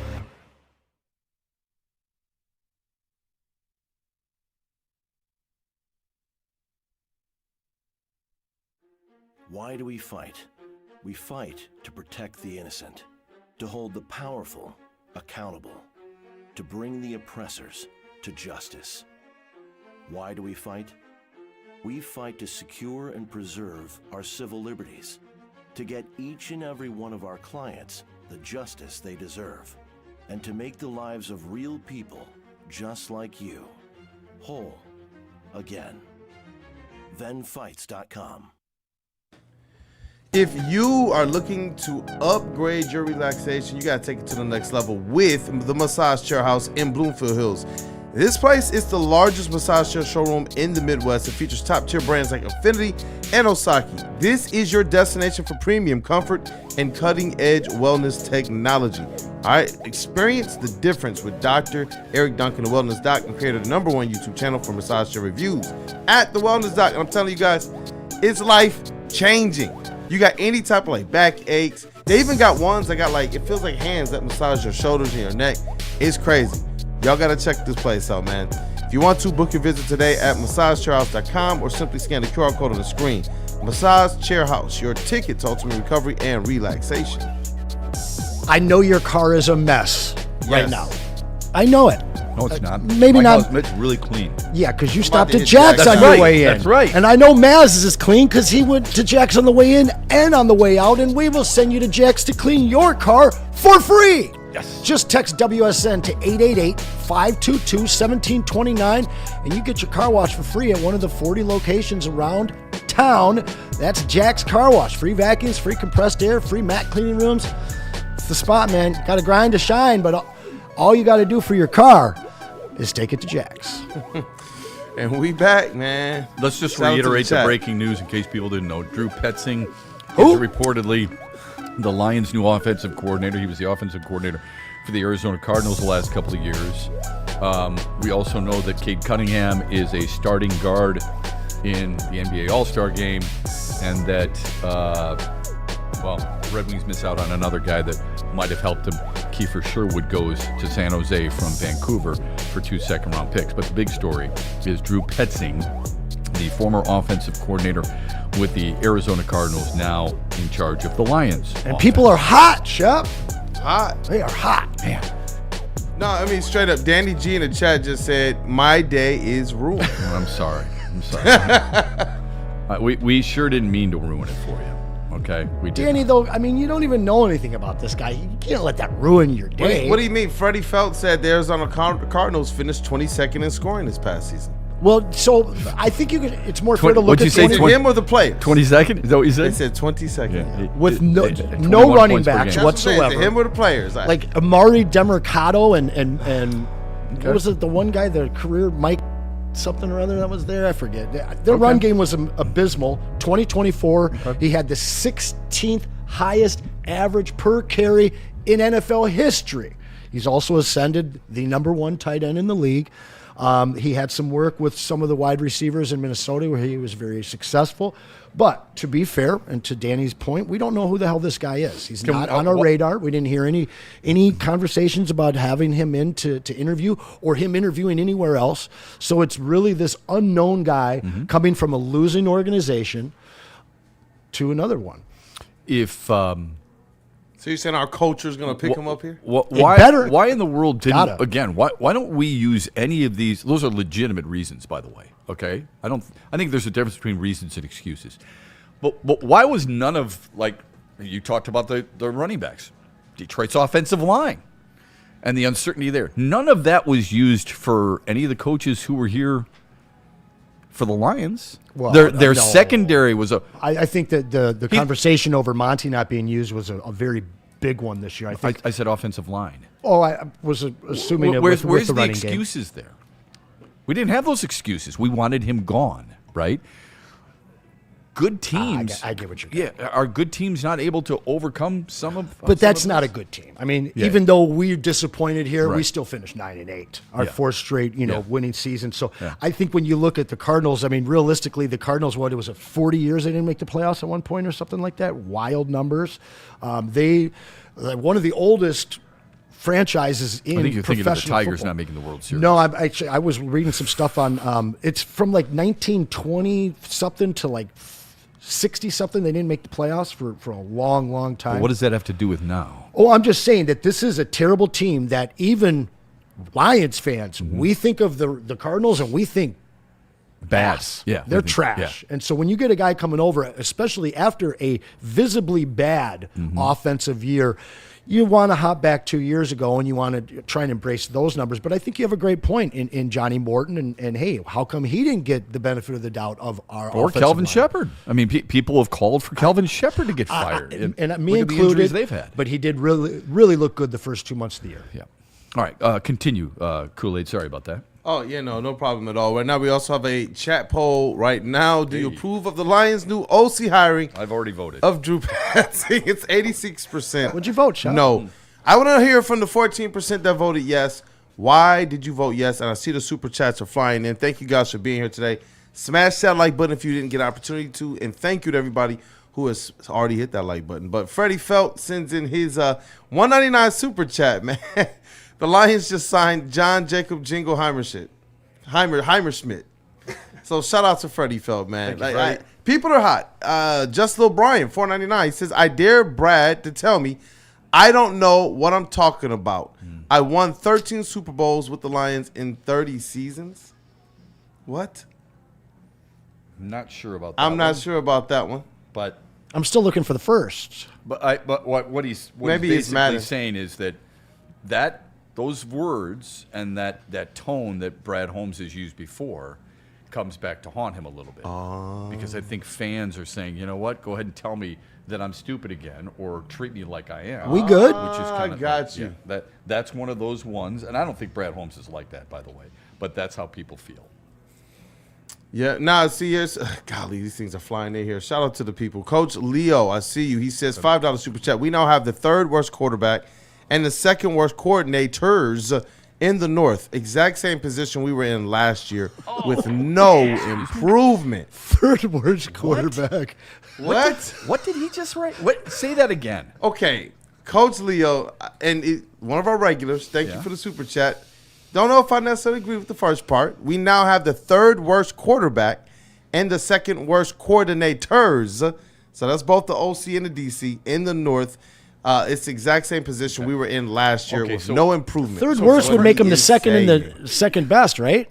So first of all, Jared Goff's Jared Goff's the best quarterback in this division, and it's not even close. No doubt. Okay, it's not even close.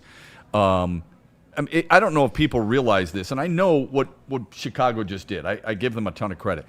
Caleb Williams' second season is over, okay? He finished 25th in passer rating, 7 spots below Jackson Dart and Tyler Shuck. 25th in, or 41st, I should say, in adjusted completion percentage, below Cam Ward, Shedeur Sanders, and Jake Browning. So he's made some unbelievable throws.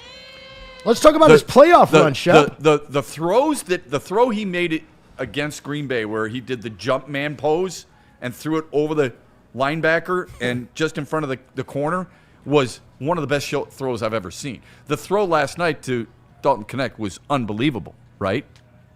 Just because you can dunk really well doesn't make you a great player, Shep. Amen. Amen. And look and at by the way, he's got 5 interceptions. All right, in his so playoffs, 5 interceptions in the playoffs. 41 out of 85. That's less than 50% completion. Yep. Averages 201 yards per game. 402 total through 2 games.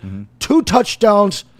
5 picks. 5 picks. That's a catfish, y'all. Yeah. By the way, and if you're looking at his overall numbers, let's say that's too small of a sample size for you, okay? Because Justin Herbert doesn't have great playoff numbers either. Nope. But let's say you're just looking at overall numbers. He completed 58% of his passes this year. So let's be careful, all right? Don't give me this crap that Jared Goff's the third worst scorer. You think J.J. McCarthy's better than Jared Goff? You think Jordan Love's better than Jared Goff? No. You think Caleb Williams is better than Jared Goff? Think again. Come on. Don't get caught up in that crap. As far as the coordinators are concerned, I would love to have a conversation on whether or no if you know who Declan Doyle is. It's a great name. I know that. Yeah. Do you know who Declan Doyle is? Double D's. Right. Shout out to Cam. Yeah, you can call him Double D. He's Chicago's offensive coordinator, just so you know. He's Chicago's. Who? Yeah, exactly. So I don't think any of us, really know how good the coordinators are in this division. We know Brian Flores is pretty damn good for Minnesota, right? He's probably going to be a head coach, but why isn't he going back to Minnesota? Kevin O'Connell, we think, calls the plays there. Do you know Wes Phillips is their offensive coordinator? Do we have any idea? Don't be saying we've got the worst coordinators. Now, I don't like to hire on the surface. I think Kelvin Shepard's got to be better. So we could have a debate on that, whether they're the worst or not. I just think we first have to understand who the other coordinators are before you start telling us that they've got the second worst coordinators in the division. Who would be the worst? Would be my question.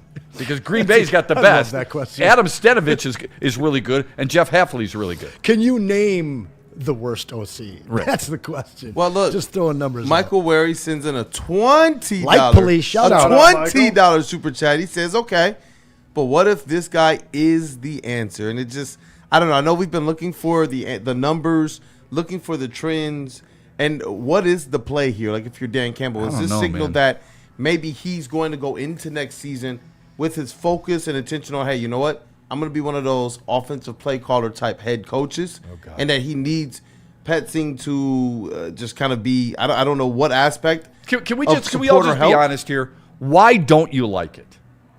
Why don't you like the hire? Tell me why. Because you don't know him. Okay. Why don't you like him, Kool-Aid? Why don't you like the hire?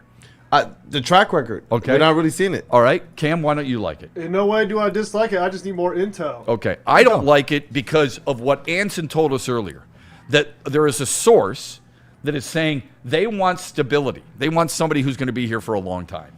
That tells me you're settling, and that bothers me. All right? I want the very best to lead my offense. And I don't care how long he's here. I want our offense to excel. That's my issue with it. Jocko's wondering too. Jocko. Super chat. He's wondering if this hire means Dan is calling the plays. That's what I wondered. I sure hope that's, not. That's exactly what I wondered. We saw that wondered. be a failure. We saw that be a failure this last year. It was too much for him. That's why I was wondering, like, does it change if he goes into the season with that being more of a focus? I still think Kelvin Shepard needs the support of his head coach just as much as now we have Petzing coming in, new to our system. It would be nice if Dan could give equal attention to wherever these guys need to help. So, Kool-Aid, if that's the case, then that tells me something about Dan Campbell, unfortunately, that I didn't think before. I don't think that's the case. I hope not. And it also tells me that front office didn't do what it should have done. Because we read the letter from Sheila that said we have to adjust, okay? Something has to change. That's one of the most glaring things I think we could all agree had to change. And if Dan's going to be calling those plays, that's an issue. If Dan's made this hire so he could still call plays, it's a failure. Yes. Then I'm pissed because I love Dan. But I said it just 15 minutes ago. We saw his shortcomings as a head coach exposed when too much was put on his plate. When he's playing call or making the play calls, I saw him kind of mess up with clock management and some other things. And then obviously some of those play calls at the end of these games that one of those wins would have put you into the playoffs, he really looked not good at calling plays. This has to be a guy that's going to come in and take the offense over. He's not a play caller. Yeah, this offense. You'd admit that. Dan Campbell's got a lot of strengths. We all agree with that, right? Yes, sir. I love the energy it's more than just the energy, okay? I love how he brings the team together. I love how he talks about his athletes. I love that how much they respect and they love him. All those things. It's okay to suggest that he's not a play caller. And I'm sure you know damn well he's involved in the offense. Yeah. But just not calling it on a regular basis until last year. He did the same thing when Anthony Lynn was here. He took over the play calling. There's a reason he had Ben Johnson come in. I've talked to head coaches before. Just last week, I talked to Herm Edwards. What is the difference between being a head coach, how you have to handle things? You are going in so many different directions. If you're the OC and you can concentrate only on getting ready for that defense, that is a luxury that most people would love to have. If you don't have, then you got to at least depend on your offensive coordinator or your defensive coordinator if you're going to call the plays, and there's a lot of other things that you're responsible for. Dan Campbell seems like the type of guy who excels as a head coach, but when he's got to focus strictly on the offense, he loses touch with some of the other things. There's only so many hours in a day for that guy. When he can compartmentalize all the different facets of this team and then just guide those separate leaders of those facets, he's at his premier, I think. He is a true leader of men. I don't see him as an offensive genius or a play-to-play, mega mind, as we're throwing out there. He's a leader of men. He's a changer of culture. And we've seen that, but when there's too much on his plate, this team fell apart. I'm sorry. I know I'm pro this team, and I love the fact that they had a 4 straight winning record, but you look at the line through the playoffs that these teams are going to have to take to win a Super Bowl right now, this is probably the softest playoff map that somebody's had to navigate to win a Super Bowl that I can remember in a long time. Yeah, man, look, these people are hot. I can tell you this. Look at what New England is dealing with. Not only did they had the 10th easiest schedule in history, according to some reports. It'll be the easiest okay? path to a Super Bowl victory if they win in history. So think about what they're, and then we'll dive back into this for sure, but think about what they're going to do. Here was their path to the Super Bowl. They played the Dolphins twice. They were 7-10. They played the Panthers, under 500. Saints, 6-11. Titans, 3-14. Browns, 5-12. Falcons, 8-9. Bucks, 8-9. Jets twice, 3-14.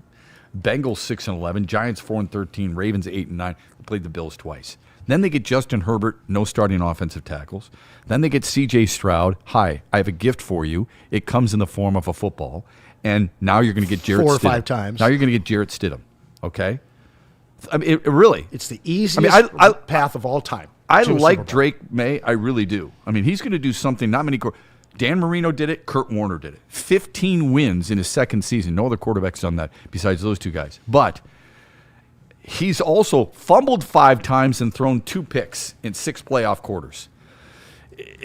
His defense has bailed him out, but the opposing offenses have helped him an awful lot get to this far. Go ahead, Kool-Aid. Sorry.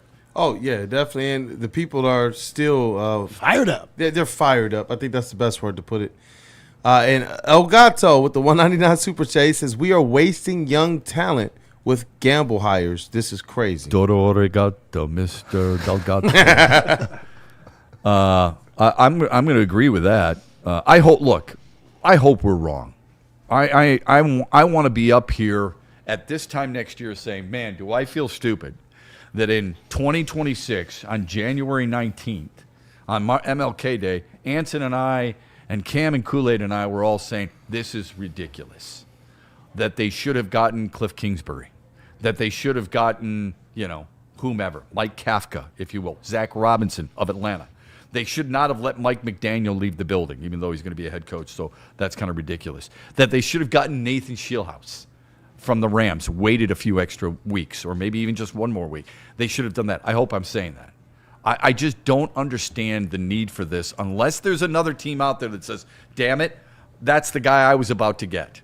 And just because his name wasn't on our lips and it wasn't on Adam Schefter's lips and it wasn't on all these other insiders' lips doesn't mean he's not going to be a head coach, because not many of those guys thought Ben Johnson was going to be that guy either.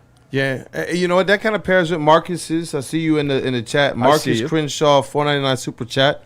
He says, trying to be positive. NFC West is tough. He has experience with those teams.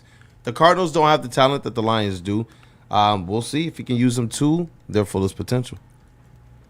Some are trying to be that is the positive. right way. That's the right approach.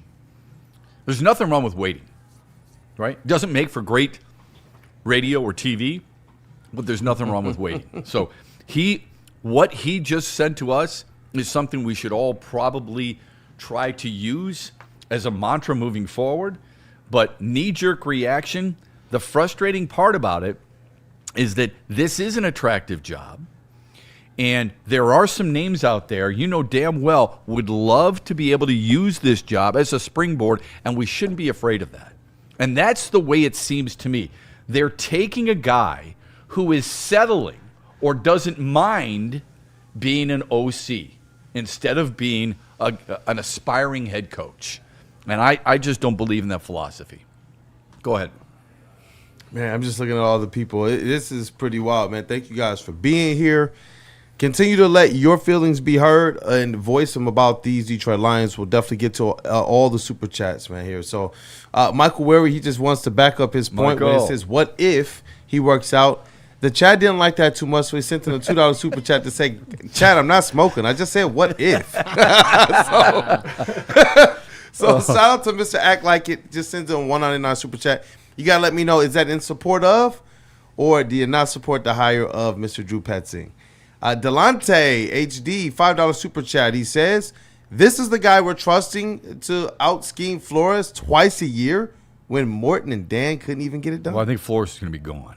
Yeah. Okay, he's not coming back to Minnesota. So if he's a head coach somewhere, but it's an odd situation in Minnesota. I don't know. I don't know the underlines of that, but if he were coming back, it would start to scare me a little bit. This is just such a hard pill for Lions fans to swallow because A, he's coming from the Cardinals, who were trashed this last year.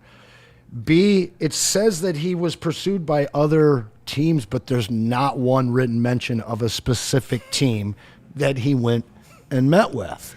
You look at your Batman investigation. Well, you look at the names of the other dive. guys that we had, and sure, you're like, we're not excited about Arthur Smith, but people have heard of him.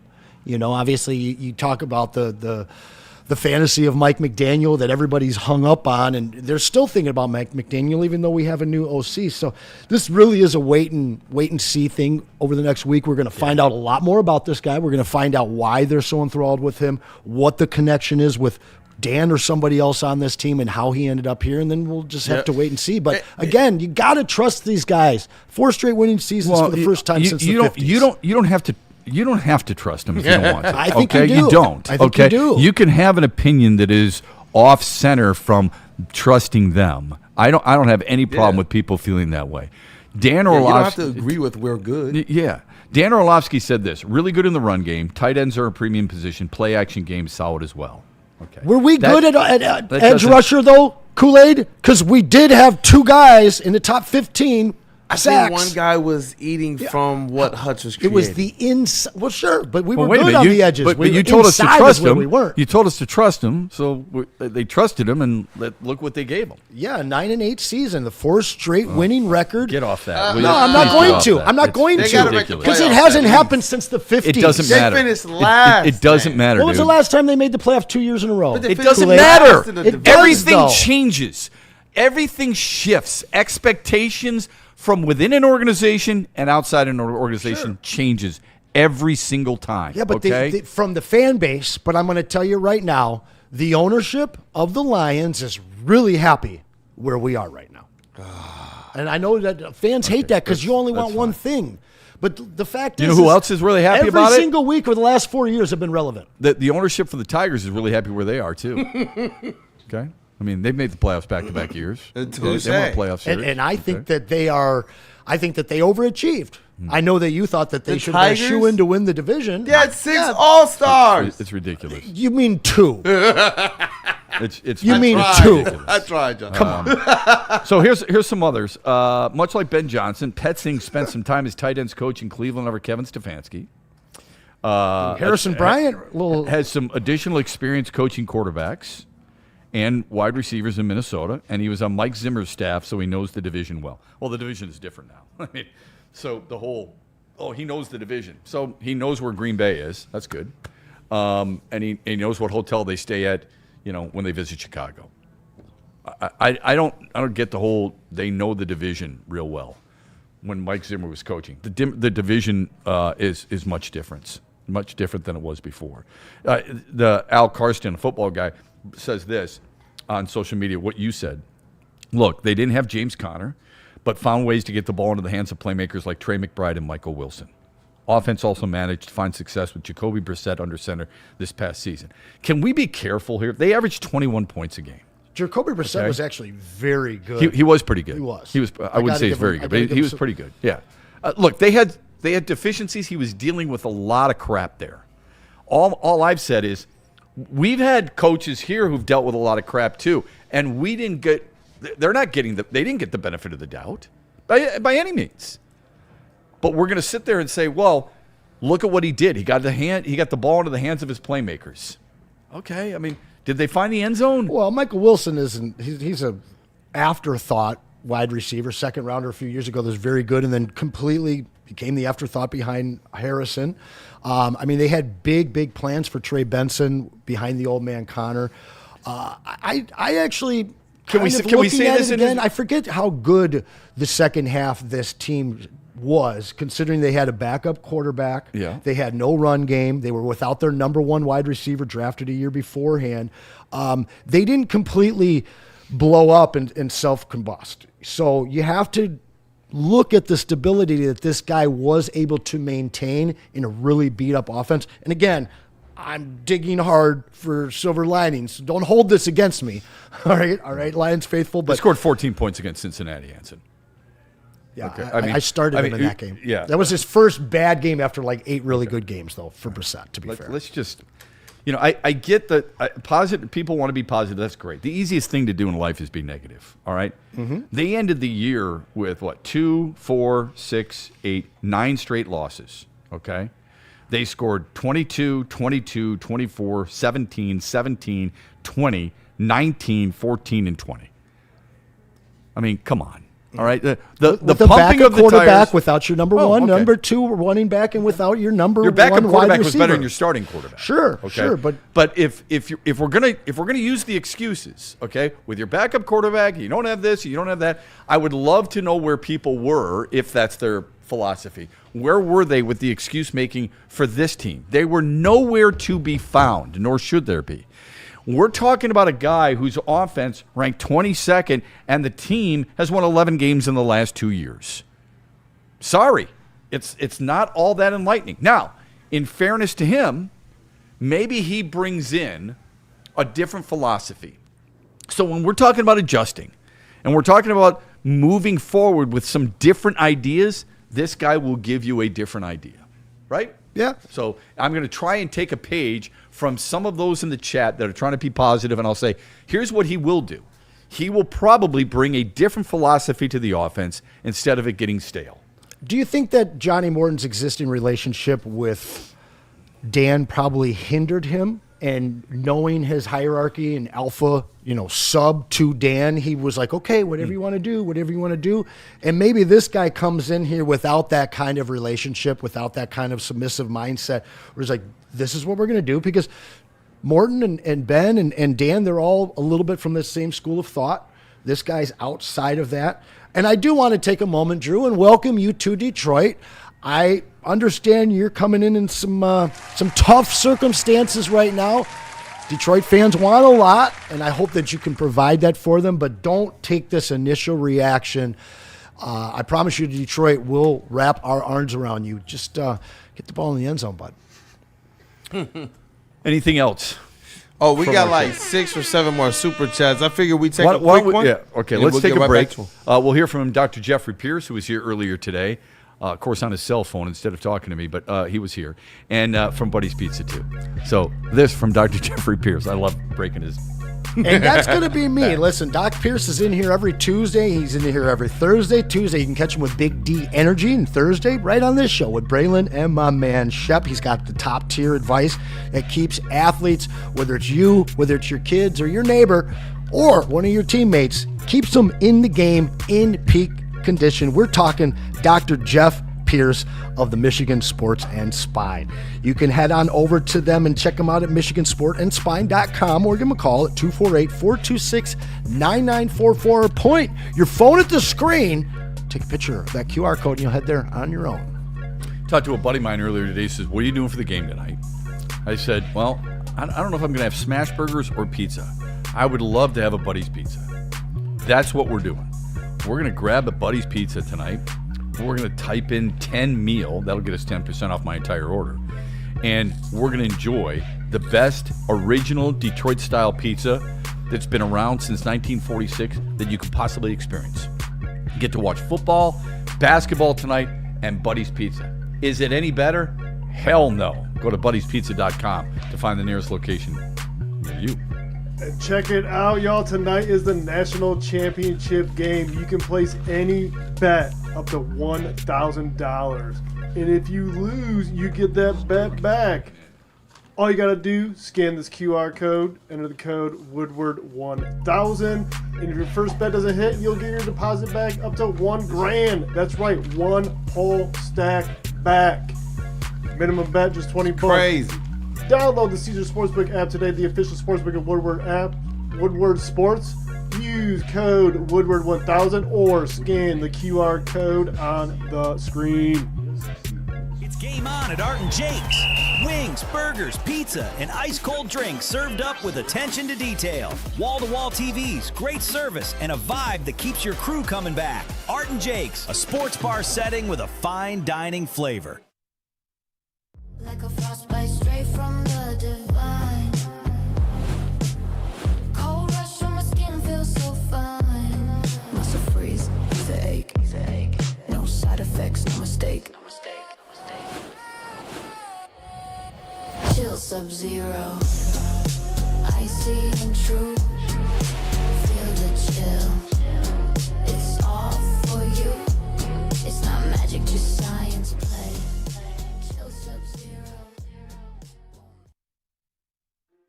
Why do we fight? We fight to protect the innocent, to hold the powerful accountable, to bring the oppressors to justice. Why do we fight? We fight to secure and preserve our civil liberties, to get each and every one of our clients the justice they deserve, and to make the lives of real people just like you whole again. ThenFights.com. Planet Fitness now has even more best-in-class strength equipment. Join today for $1 down and save. We're stepping it up. We're not slowing down. Finding new face. New focus. Love that new equipment smell. So, you in? Join the club today. Save when you join for just $1 down, $15 a month. Planet Fitness. We're all strong on this planet.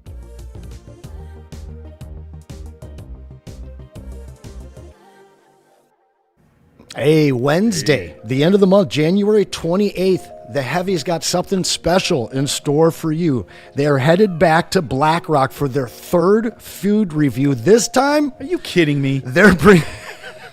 So jealous. Are you kidding me? They're bringing Darren McCarty this time. Are you kidding me? Black Rock's got a 25-ounce Enforcer cut. It is the DMAC meat at Black Rock. And they'll be smashing that meat over there with... Pause. Just read the script. The heavyweights. You're so much better. I'm not. Listen, Pause. You get over there, you get a chance to win a Darren McCarty jersey. And I'm going to tell you, this autographed jersey is not just an autographed jersey. It's inscribed. It's pretty cool. It is one of the coolest items you can ever get. Get a chance to get. And it's as red as Anson's face right now. I'm not. I think you're redder than I am right now. Anson ain't blushing. I'm not. Thank you. Thank you, Cam. You know, I'll roll with that with ease. But anyway, listen, you can win a pair of tickets to that big Avs game. Shep already told you how good they're playing. Of course, they'll be facing off that old rivalry, or you can get your hands on that DMAC jersey. The winner will be announced by DMAC live from the Black Rock Davison during the heavyweight show, again on that 28th from 5 to 7. So get on up there and join us and find the nearest Black Rock location near you at blackrockrestaurants.com. You know, when you go to a business, you want that business to be clean, right? You want the people to be able to treat it the right way, like you would be walking into somebody's home, for crying out loud. That's the way it is at Lady Jane's. I was just watching a couple of ladies who were out there. They get done shampooing and cutting a guy's hair, and then they have to go up for some product. They don't just take the product out. They then move every other product closer together so it looks nice and organized. That's the way it is here. It's beautiful. It really is. It's clean. It's quick. It's exactly what you need and what you expect and what you deserve. It's Lady Jane's Haircuts for Men, and it's wicked awesome. It is wicked awesome. And we back. Wow, this show has flown by as usual. The heavies, you know, first of all, it pisses me off that they're going to Black Rock and getting free meal, but whatever. Kudos to them. Kudos to them. Tonight, 5 o'clock, they are going to be all over this, like a bum on a cheese sandwich. Man, that's and they are going. They're going to talk a lot about this. It's absolute and you know, so make sure you're tuning into them at 5 o'clock. There will be some heavyweight meltdowns in just an hour from now. Now, I gotta say, I just saw Spenny walking over there and grabbing something to eat. I don't know what it was next door. It was a salad. I'm not sure it was. I think usually he does eat a salad. 5 days a week. Today might be a little bit of stress eating. I was just going to say, today might be stress eating, right? If it's mac and cheese, you can't necessarily blame him. That sounds so good It does sound pretty good, especially from Black Rock. All right, we want to get to some more Super Chats for sure. But before we do, can we just get a quick thought on the national championship game tonight in Miami? Who's going to win, and will they cover? The spread, I believe, is 8.5 for Indiana. I would give the points. I think Indiana's going to win by more than 8.5. What would you do? I'm gonna take Miami with the points because. But you think Indiana wins? I do. Okay. But ultimately, the networks are selling things, and they don't want to sell a blowout. So, the choreographing by the Zebras will keep this game close. Much like they did for Denver and Buffalo yesterday. Kool-Aid, who do you have tonight versus the spread? 33, the number 33, guys. There will be no BTA for Mr. Michael Irvin tonight. I think it's going to be Indiana. Do you think they win Kirk's by 8.5 or more? I actually That's the do. spread. After the last game and seeing what they were, they're serious, man. Their offense is tough, but Miami's tough too. I can see this being one where they win by. Yeah, I can see it. I can see this being one where they win by like 12 or 13. Did you see Saturday Night Live? Yeah, that was hilarious. Cam Patterson is one of the greatest young comedians in the world. Shout out Kill Tony.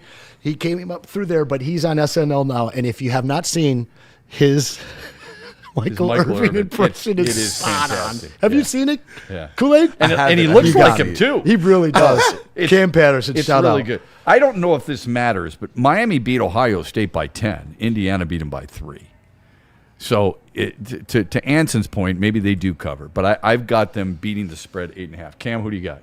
I'm on an island over here, y'all. Let's go, Canes! Let's go. I'd love to see him. But you think they're going to win? I think they're going to win. They can't handle Indiana can't handle the size, speed. The size. Yeah. Okay. You heard me. Okay. Well, Indiana's offensive line is pretty big. I think the Big Ten runs this again. You asked for my opinion. You got it, Shep. I got it, baby. I love you, Yes, Cam. sir. All right. Let's go, Canes. So you got Miami. Give me a final score. Ooh. I'm gonna say 30 Ooh. to 38. Oh, 38-30 Miami. Okay. Wow, that's a big swing, baby. That's big. Okay.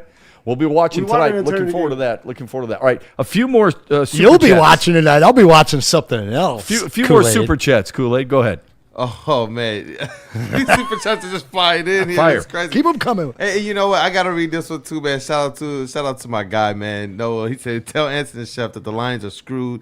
JMO is going to regress, and the offense is going to be stagnant as hell." Ooh, SOL fan, bad. shout out. Okay. SOL fan, shout out. Shout out to my guy Noah W, man. Legend over here too, man. Used to be one of the guys in the back, but shout out. Oh, to that's thank Noah. you.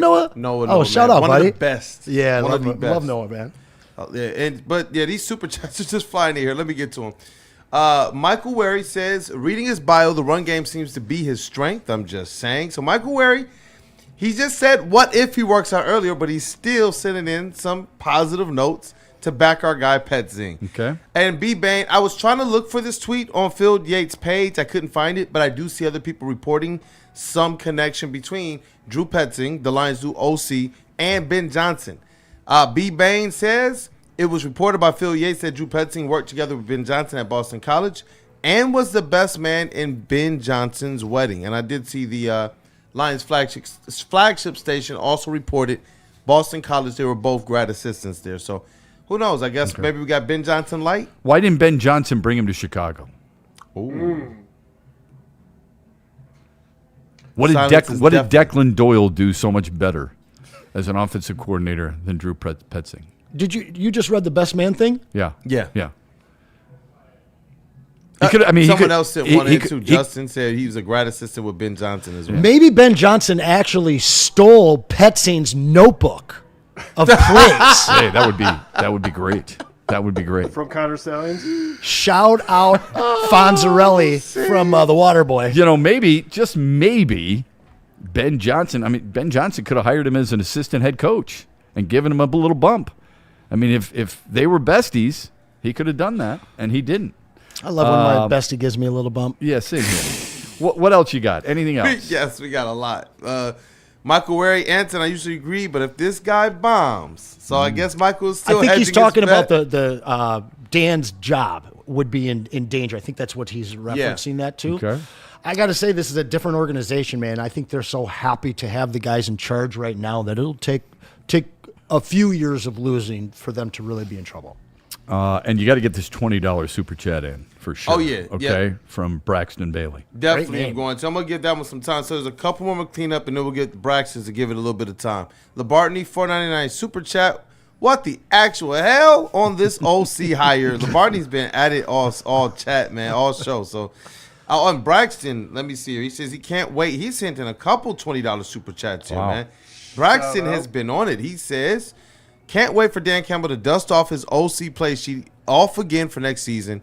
He says maybe he can draw his plays up off of Petzing's head. Dan will be able to put 2 years of Lions backup OC on his resume. LOL.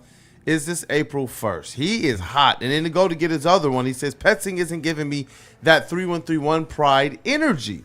But if I'm wrong and he is a good fit, I'm happy.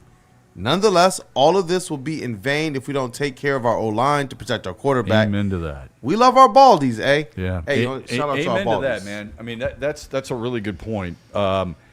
You got to take care of the offensive line to protect your Q. So, in the end, what they draft and who they sign as free agents will be just as important, if not more important, than who they just inked as their offensive coordinator. I'm sure Braylon has some thoughts on it tomorrow on the Braylon Edwards Show. No, Shep. He'll be with us no, at 2 o'clock.